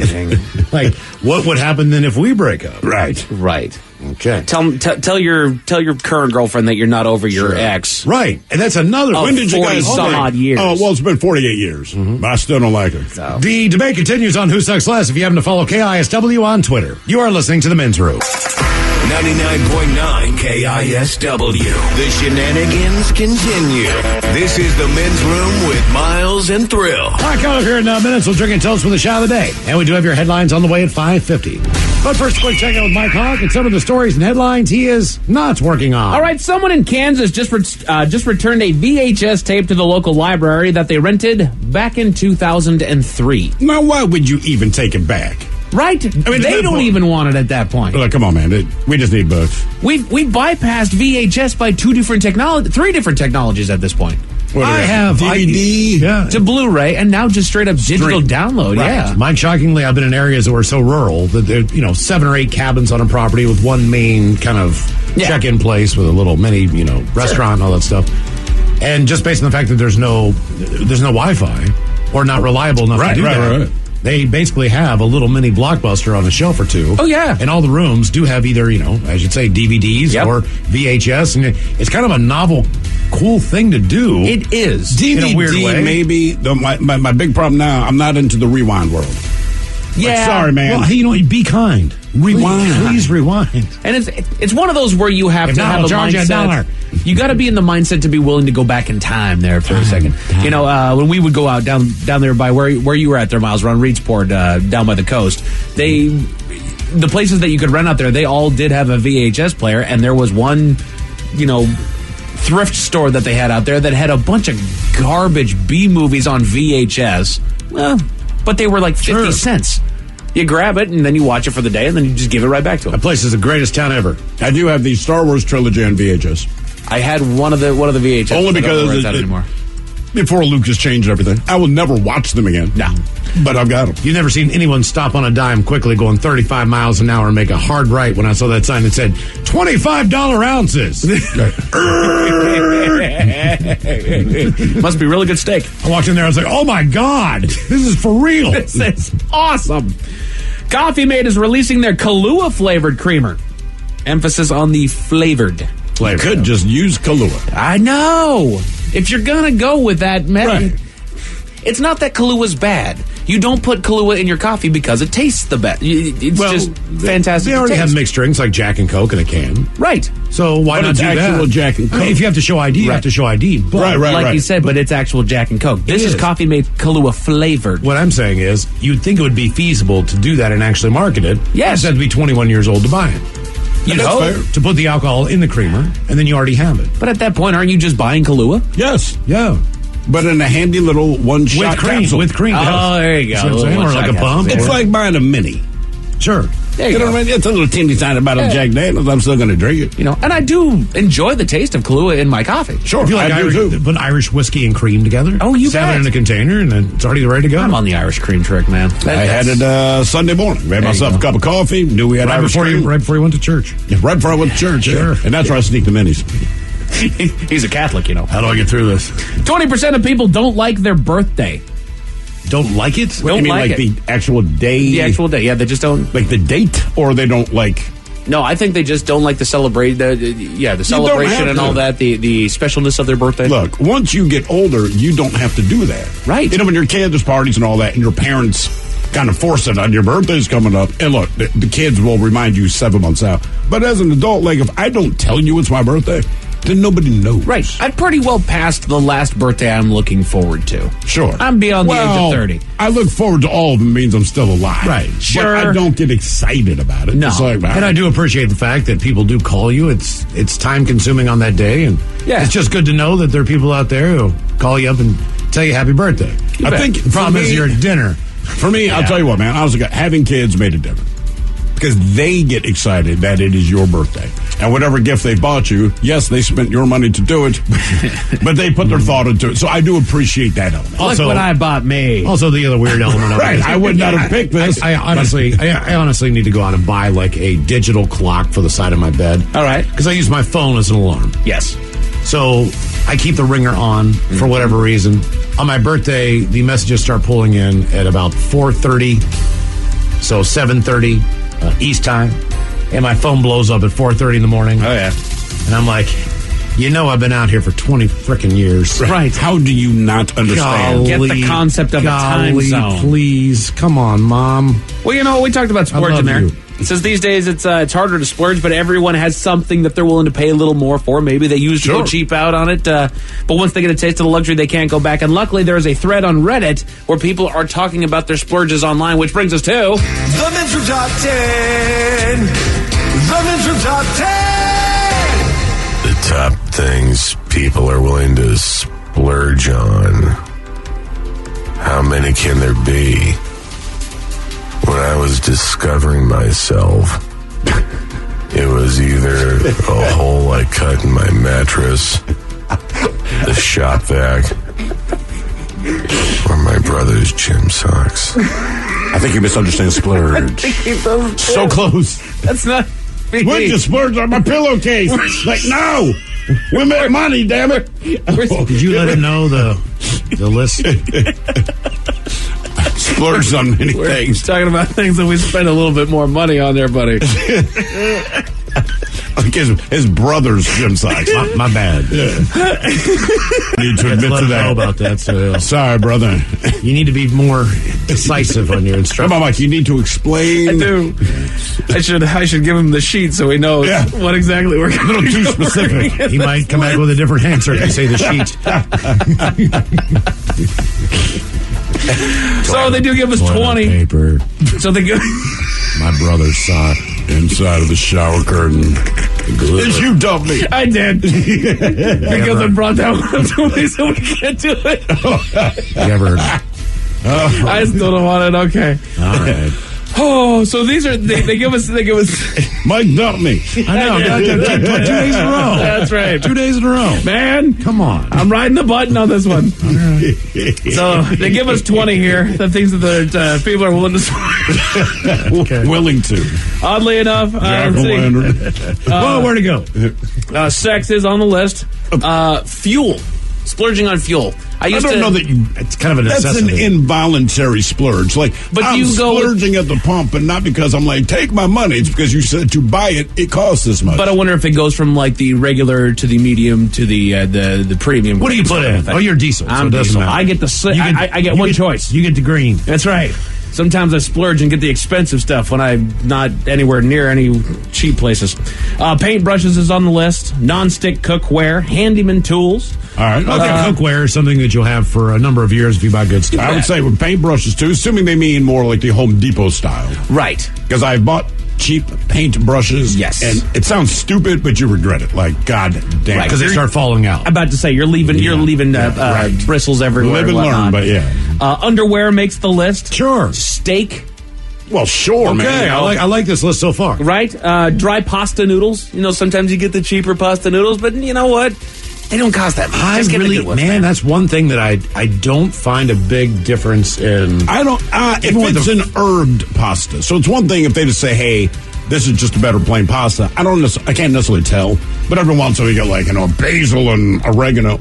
All right, it's still just some dried ass pasta, but when you cook it, some of that essence comes out. Sure, like a fresh ravioli, if you can buy it, like it's refrigerated and stuff. And then toilet paper comes in at number 11. Yes, absolutely. Absolutely. You go cheap on toilet paper you one wipe time. your ass with your fingers. That's right. And you're like, give me the 2-ply at the least, 3 plies of money shot. Going luxury brand on toilet paper ain't that big of a stretch. Get up there, man. It's worth it. They should also have like a hairy, no hairy brand.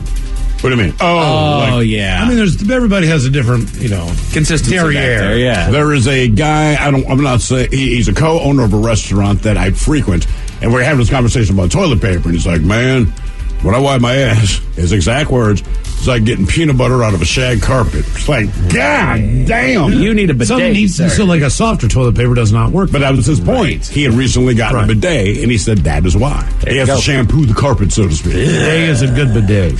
So these are the things that people are willing to splurge on. Number 10 being garbage bags. Yes.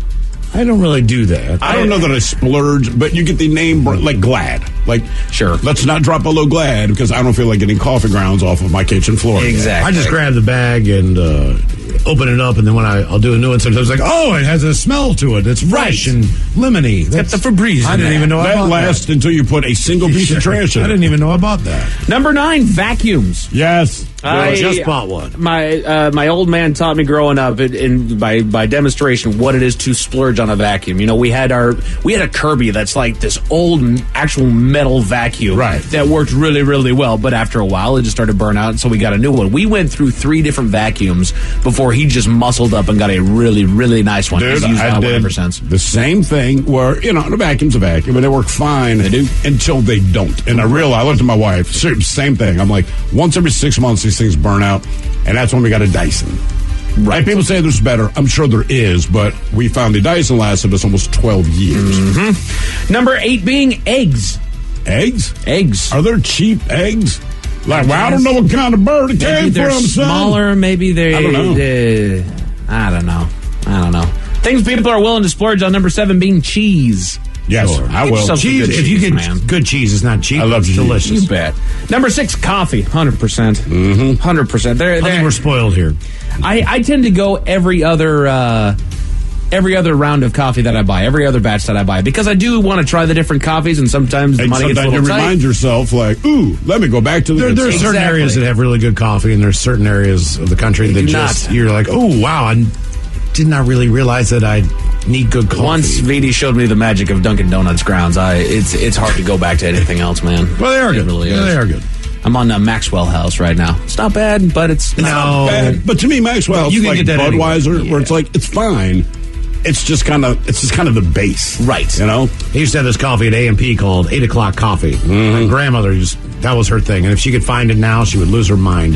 That was her jam. It was kind of like RC Cola back in the day. It was like once you like something, you like it. Number 5, clothing, shoes, socks, right. All that kind of You stuff. feel better about yourself. You feel like you look good. And there's a difference when you get yourself a nice pair of shoes.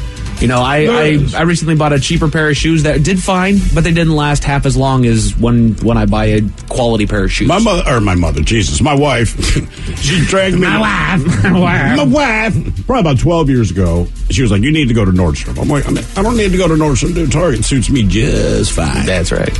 Went to Nordstrom's, and like when you go to Nordstrom's now, unlike Target, now there's a sales guy bugging me, right? Because I do not like dealing.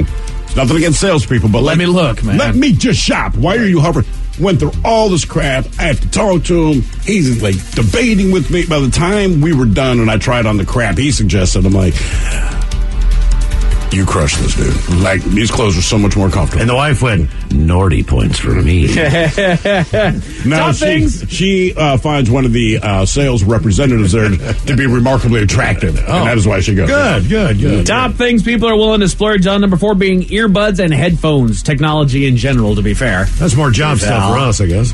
Yeah, but if you have crappy... And I don't know that we are spoiled by the job because we have to get really good headphones, and the way everything is EQ'd through a radio station, much different you can do in your home stuff. But when I get home now and listen to crap through the computer, just the earbuds, it drives my wife crazy. I'm real specific about the headphones. Here's a weird thing about what we do, too, because we have our headphones on for 4 hours a day, and it's a lot of time. So for me, when I get on a plane or something, people are like, aren't you going to watch a movie? Aren't you going to listen? I'm like, I am not putting headphones on. I have a day off.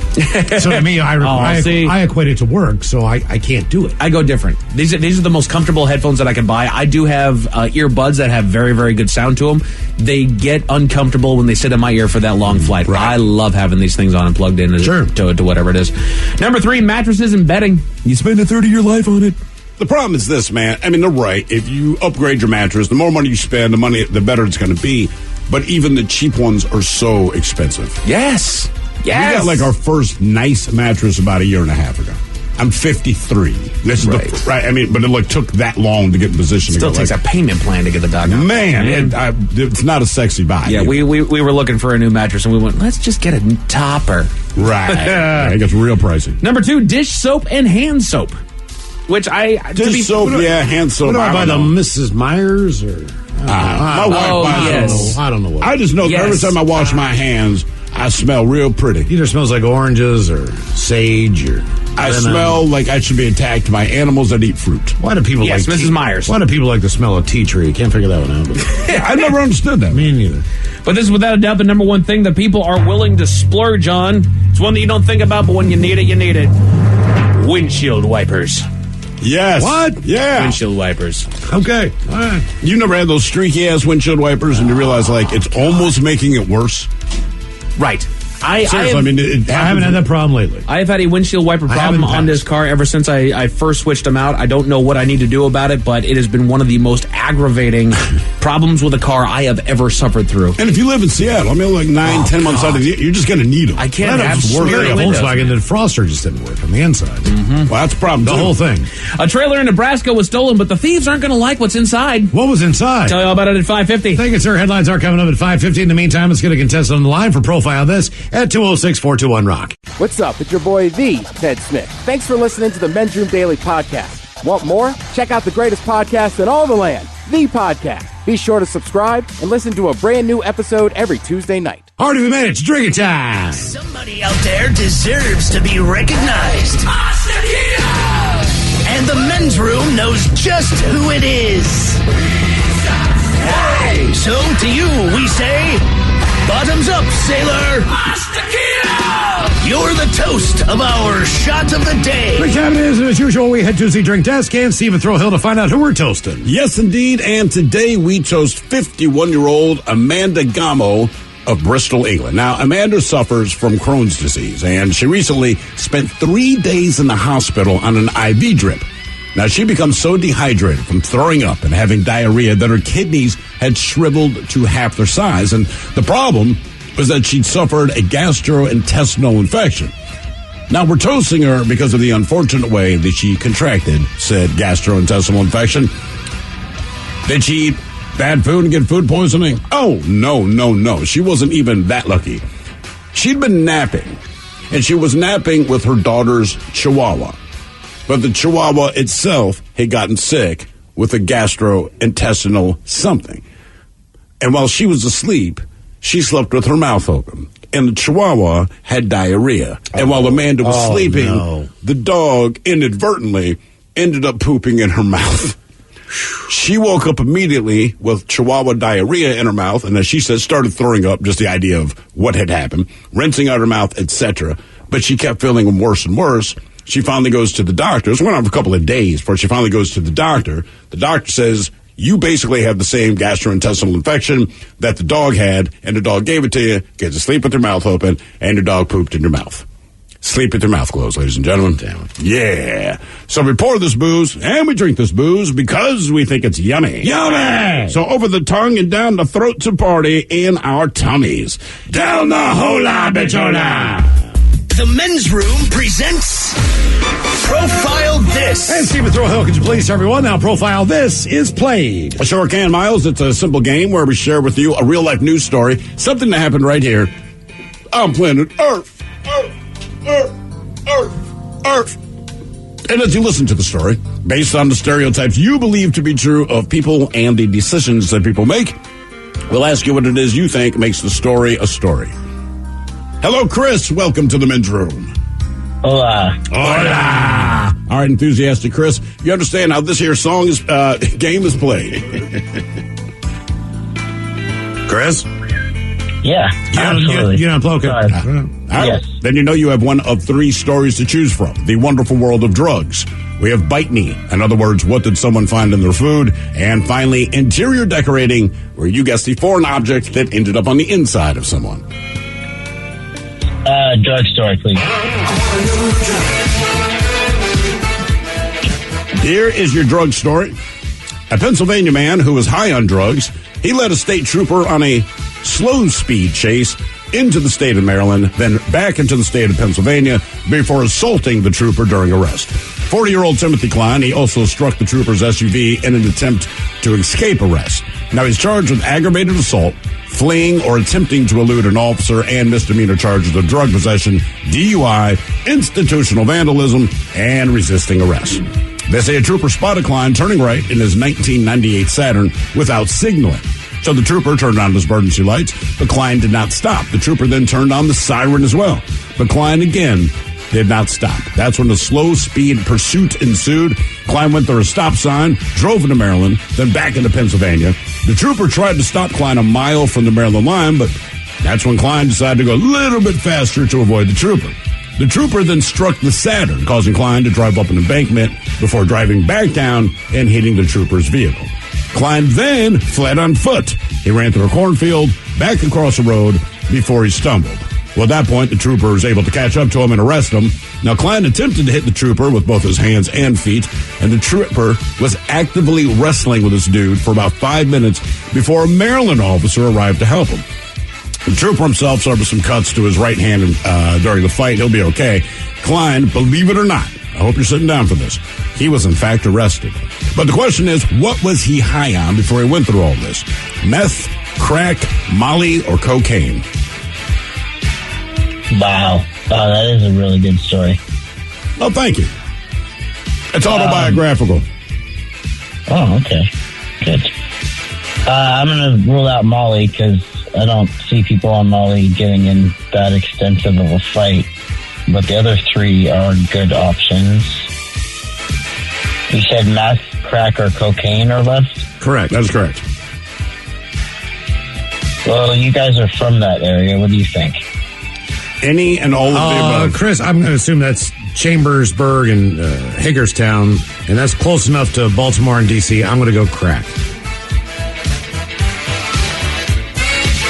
Would he have that much energy for that long?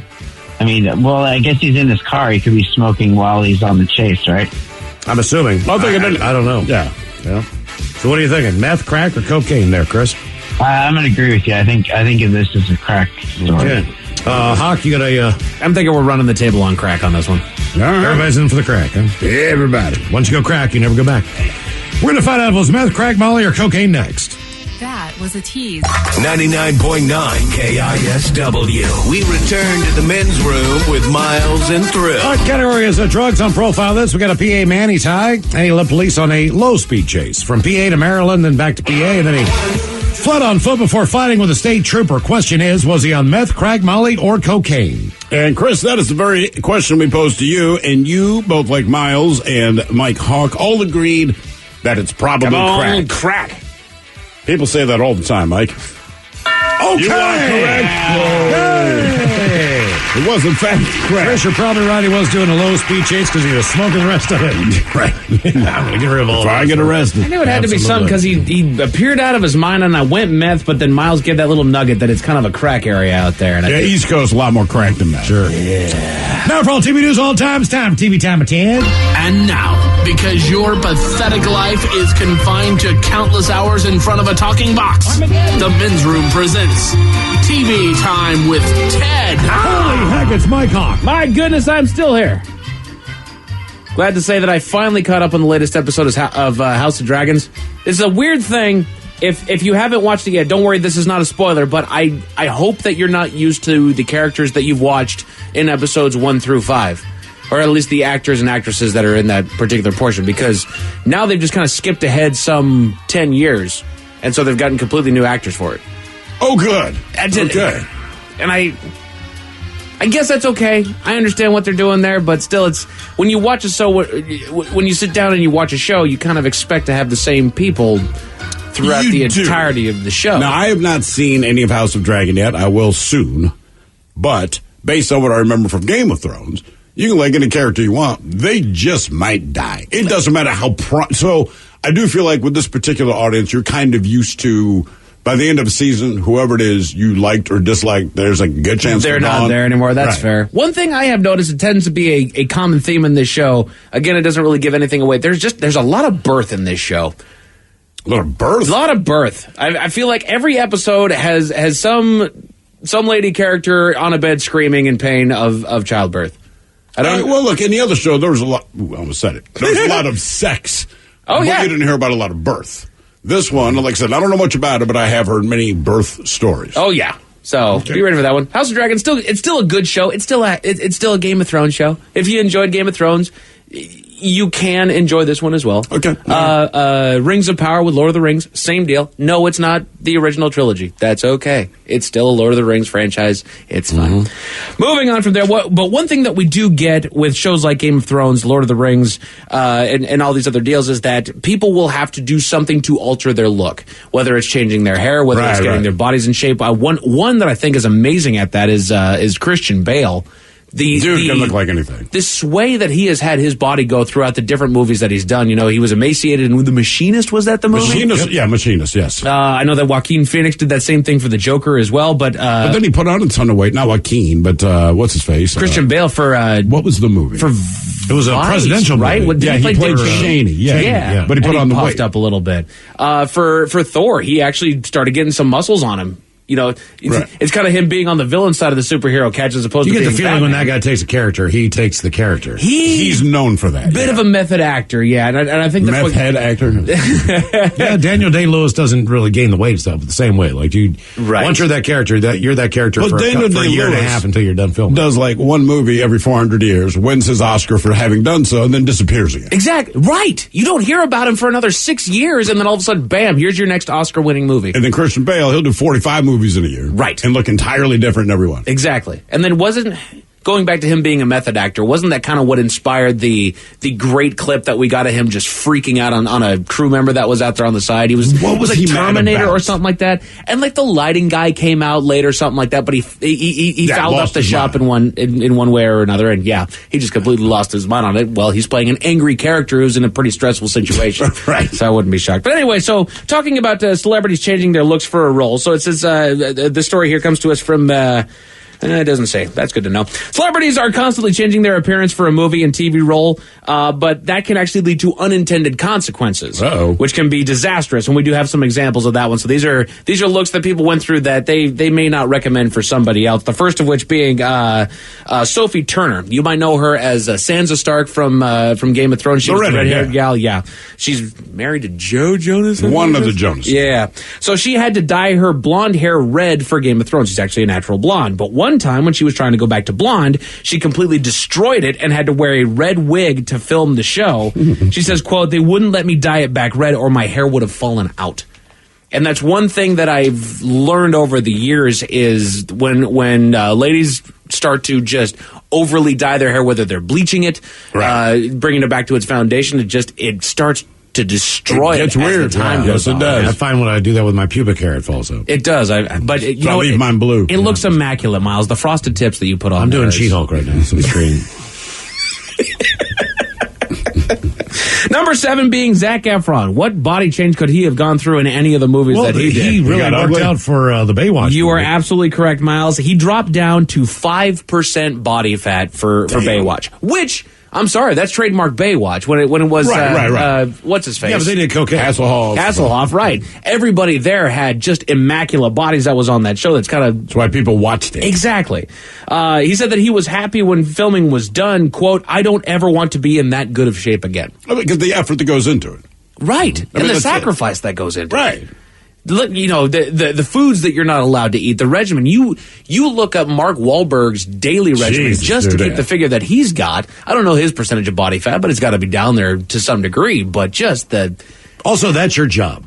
Yes. So it's different than saying, like, I don't have time to work out because you have a job. Right. You have to do it. This is your job. So it's a different kind of way of looking at it. It's not like he's like, man, and I got to get a workout in before I deliver packages for UPS. Exactly. His job is to be in shape for this role. Did you see the daily routine of the guy that played the Mountain on Game of Thrones? Massive man. He's that big dude. He's a big, strong man. He's from Switzerland. What? Like just eat pasta? So he wakes up at like 4 o'clock in the morning, does a vigorous workout, eats all really good looking food, but it's very, very carb heavy. Yeah, so he stuffs himself full of food, takes a nap, and then he'll wake up and then basically just do that in a rotation over and over and over again. But see, that's the role you'd want. Yes. Like, he's already a giant man, hence the Mountain, right? Exactly. Okay, so for my job, I need to eat 3 pounds of Alfredo for breakfast, then take a nap. In, dude. I'm down. Let's go for it. These are when celebrities changed their look for a role, and then it led to disaster. Number 6 being Matt Damon had to pack on muscle for Jason Bourne. Says he didn't enjoy all the gym time and not being able to eat what he wanted. Quote, it's not worth it. It's no way for any of us to live. Yes, say that, but you know how much money that dude probably made from that trilogy? If they ask him to do another one, he'll do it again. He will do it again, Sure. yeah. And like you said, that's his job. And oftentimes, you need a motivational thing to get you to that point. Sure. But it's like you decide to run a 5K or whatever you want to do. You kind of got to... Right. Miles, I want the wheels in motion. I want you to put on, 20 pounds of muscle. I'll pay you $125 million. No, done. But I'm not a professional athlete. I can use supplemental. Right. You can do steroids to pump yourself up, stuff like that. And it's not going to be the end of the world. By the way, the guy who played the Mountain is from Iceland. Iceland. Thank you very much. And his name is Thor or something like that. It is his name is fitting for what he got a very Nordic name. By the way, the whole point of steroids is to get your body to heal quicker. Correct. And bring it back into shape. So if anybody needs to do that when they get injured, it's athletes. Right. Exactly. So, yeah, you can kind stab yourself full of steroids. It's not going to do anything. Oxymoron. If you're not injured, then no, probably not. But if you are. Number 5 was Jared Leto. Ended up gaining 67 pounds for the movie Chapter 27 by drinking, you ready for this, microwaved ice cream mixed with olive oil and soy sauce. Why would you add the soy sauce? Salt. Exactly. Yeah, You're doing everything that you can to slow your metabolism. What was the name of that movie? Chapter 27. Well worth it. Never even heard of it. I was going to say, I've never even heard of that. Good for you, buddy. The weight gain actually gave him gout. Damn. But yet again, another guy who seems devoted to a role. He also seems insane. He's probably like spinning around a cactus right now in the middle of the desert. I know. What in the world is going on with Jared Leto? He's heads another method actor. He heads a successful band. He's a successful actor, and he's certifiable insane. He's rich. No, he's just doing what he wants. Once you get rich, you can do what you want. Wherever his mind is, he does. That's a fact. Yeah. Number 4, I'm going to screw up her name. Charlize Theron. Charlize Theron, I believe. Charlize Theron. There's so many different ways. She method acted by wanting to have sex with a regular guy. She had to gain weight to play a woman who'd just given birth in the movie Tully. Increasing her sugar intake gave her depression, and she said, quote, I was not that fun to be around on this film. I've heard you're not that much fun to be around, period. I feel like I've heard that. And look, I don't care. I just need you for 20 minutes. Just like that. It's going to be our entire interaction. I need you to muscle up and be fun to be around for 20 minutes. That's it. Good work. Number 3, Jim Carrey. I actually did hear this one. I'm glad that it's been confirmed here. But Jim Carrey felt like he was being buried alive every day getting his makeup done for a little Christmas ditty called How the Grinch Stole Christmas. Yeah, I've heard that. He ended up working with a guy who teaches CIA operatives how to handle torture in order to get through it. But I don't know if I want this role if that is going to be my consultant. I'll just do Elf. Yeah. But it's, being in that chair for all those hours, that has got to be just excruciating. If you have to stay awake. Sure. Well, the time you have to show up before shooting. But also, I imagine sleeping in that chair is a lot like sleeping on a plane. Right. It's You not know going to what be I mean? comfortable. And then acting is all hurry up and wait. Yes. So you just sat there for hours to get all the sun. They're going to start shooting, and maybe you do 15 seconds and cut. Right. Right? Because we need that scene or do it. Like, yeah. Now be your funny Jim Carrey self as you've waited 20 minutes. To be funny. Right. Can we turn up the AC, please? I'm wearing a doggone wool jacket. Number 2, Ariana Grande. Ariana Grande, I say that wrong. The reason that she wears her high ponytail extension now is because she damaged her hair by dyeing it red for the Nickelodeon show Victorious. She says, quote, it looks absolutely ratchet and absurd when I let it down. So whatever she did, it's permanent. Oh, no. Well, it'll grow out. It's hair. You would think, right? I thought that's the way hair works. But apparently it looks awful. And Miles, you're talking to 2 bald guys. Yeah. Yeah, fair enough. Yeah. My hair didn't grow back. It didn't do what it was supposed to do. And then the number 1 celebrity that they have here that changed their look for a role that led to disaster was our own Rainn Wilson. For The Office, says that he concocted the ugliest haircut that he could for his, quote, ungainingly enormous head and forehead. But then he realized that he was stuck with it for the run of the show, which turned out to be 9 years long. He didn't think that he was going to have this nasty look. Well, you wonder about that. Years. What was the show you like Big Bang Theory? Yes. So remember one of the guys had like a bowl haircut, one of the nerd friends? Yes. Howard Wolowitz. I don't know the guy's name, though. Right. So, like, for as long as you're doing this show, and the show became rather successful, like, that's how you got to look. And I've heard other actors say it, just like, you do this show, man, but even when you kind of, like, 3 weeks off because Christmas is coming up, you kind of want to let it grow out. Mm-hmm. Producers and directors are like, no, man, you can't do that. You got to be the character. But they're like, you go visit friends and family, and they're like, oh, that's real? Like, yes. Mm-hmm. Yes. So which would you rather do? If you had to go with a hairstyle, pretend like you have hair again. Mm-hmm. If you had to go with a hairstyle, would you rather sit in the chair for 3 hours every day of filming and put on a wig, or would you just have that dorky haircut be your haircut throughout the entirety of that show? If the show is successful, and this is the stupid thing, I guess you just have the regular haircut, because here's the thing.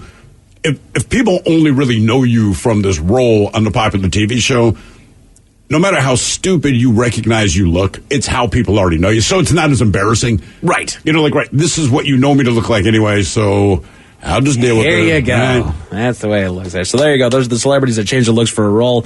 Switching gears here, one of the most iconic voices in voiceover ever is our own James Earl Jones, who played the most ominous voice on the planet as Darth Vader. Unfortunately, he's done it for the last time. It says Disney Plus. This comes to us from Parade. It says Disney Plus may not be finished with Darth Vader, but James Earl Jones is. Jones has been the voice of Vader since the original movies back in 1977, but he's 91 years old now and has officially retired. I wonder, with... I wish Gilbert Godfrey was still alive. I'm sure they'll do Things have changed a little bit with Darth Vader. Now, look, I am your father. I'm still very much about the dark side. I'll be curious to find out if they do another season of Obi-Wan Kenobi, then who will take over my that wife role? asked me that, and the only thing I said was this. So many people have imitated James Earl Jones. I guarantee you there's 100 people they already have in Well, if they have voice technology, too, once you have that voice, you can create that voice in any way you want to say anything. Yeah. And here's the deal. He did, however, give Lucasfilm and Disney the right to digitally recreate his voice going forward so that the character can live on. And Darth Vader most recently appeared on the Disney Plus show Obi-Wan Kenobi, but his dialogue was AI generated. See, everybody said that he came back. I thought he did as well, but apparently it was AI generated with Jones's approval. Well, Steve was telling me during the break that the new Star Wars series Andor, I'm on that tonight. I finished the Jimmy Chin Edge of the Unknown that Ted recommended last night. You're gonna jump on that one now. You're not going to believe this. We've been talking about this incident that happened in Africa for years, where a guide was attacked by a crocodile that breached the water and took him out, and then they were just kind of on their own. Keep in mind, there's 2 guys. There's one guy. There's 2 guys with him. They're in an uncharted part of this river. And they watch this guy, get snatched out of They knew they were in crocodile-infested waters. Sure. They understood that. They were just trying to get through one point. They thought they were in a safe place, and they weren't. But either way, whenever we thought of that story, that was the last episode of that season. It is nothing like we thought it was going to. Nothing like we've been describing. And it was just horrific, but it was... everyone says the same thing at the end of every episode. I knew the risks involved when I did X, Y, and Z, whether it's big wave surfing like Ted was talking about with Jaws, or whether it's kayakers who, go to the falls in Washington and try to spill off that or whatever the deal is. Half-hour show, and you can't stop not watching the next episode with a different adventure. So that was a great recommendation. What are you going to watch tonight over on Fox? We have The Masked Singer at 8 o'clock p.m. Tonight at 6:40, the Mariners are still hosting the Rangers. Let's see if we can go forward. That'll be en route. George Kirby is taking them out tonight. Late night tonight, check out Jimmy Kimmel, Mr. Hill, because your girl Mila Kunis will be on there. That's all I need to know. Yeah. Thank you, Mike. We appreciate it. You're listening to The Men's Room. The Men's Room returns with Miles and Thrill. Now, let's see what's happening in the real world. All right, here we go. A woman goes on a date with a man. The man drives the car into a river. They met on Plenty of Fish. Meanwhile, an Uber driver outs a man who leaves his family home to go pick up some squish. Police give drunk man a ride home, then he gets busted for DUI 90 minutes later. In Pennsylvania, don't ask for cream with your coffee when talking to your waiter.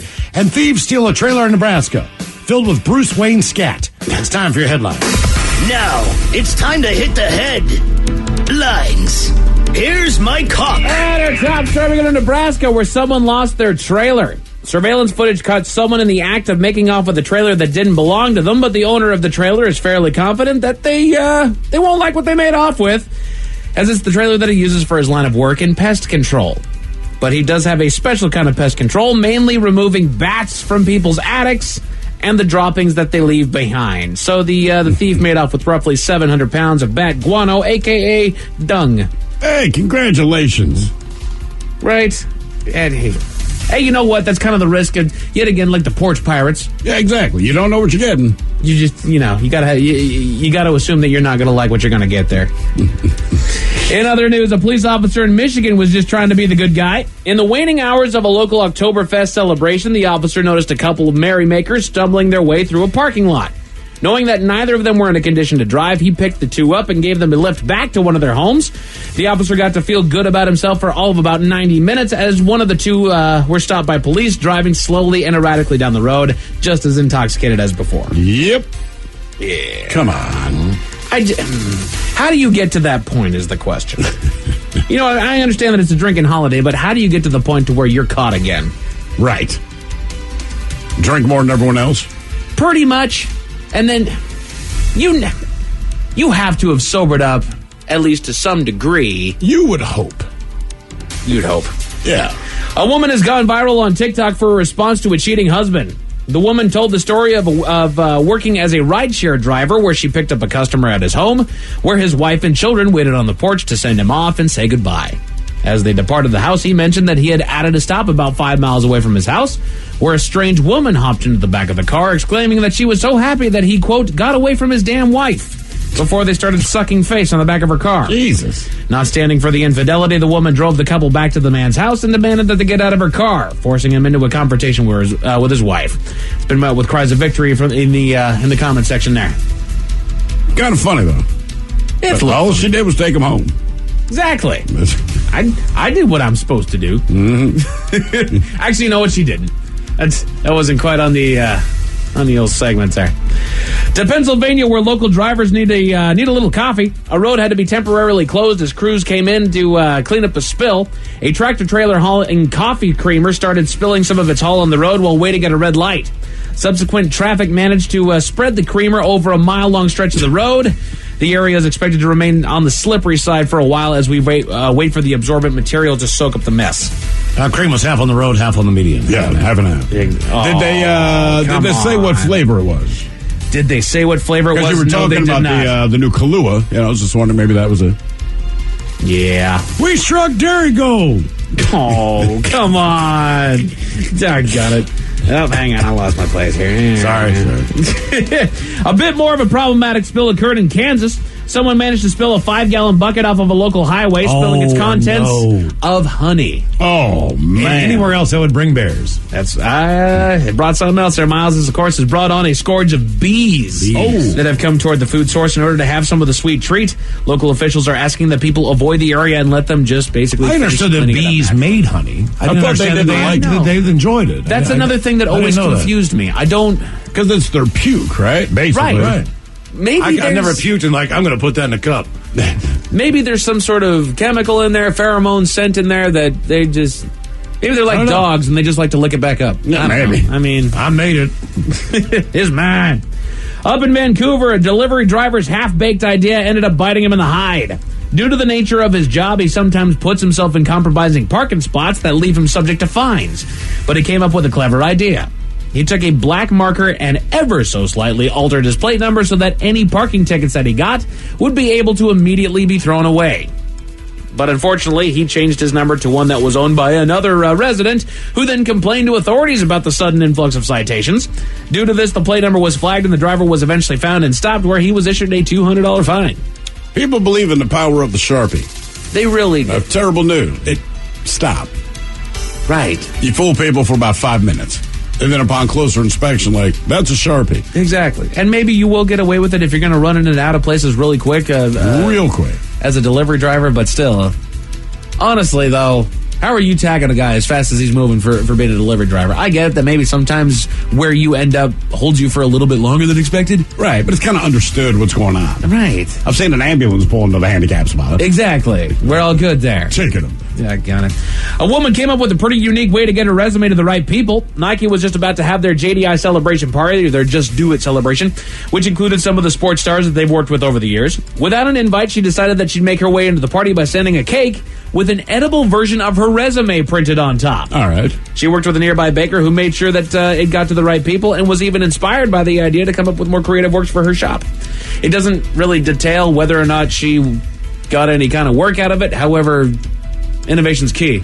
I think it was actually for one of the creative positions that they had there, so that kind of works to her favor.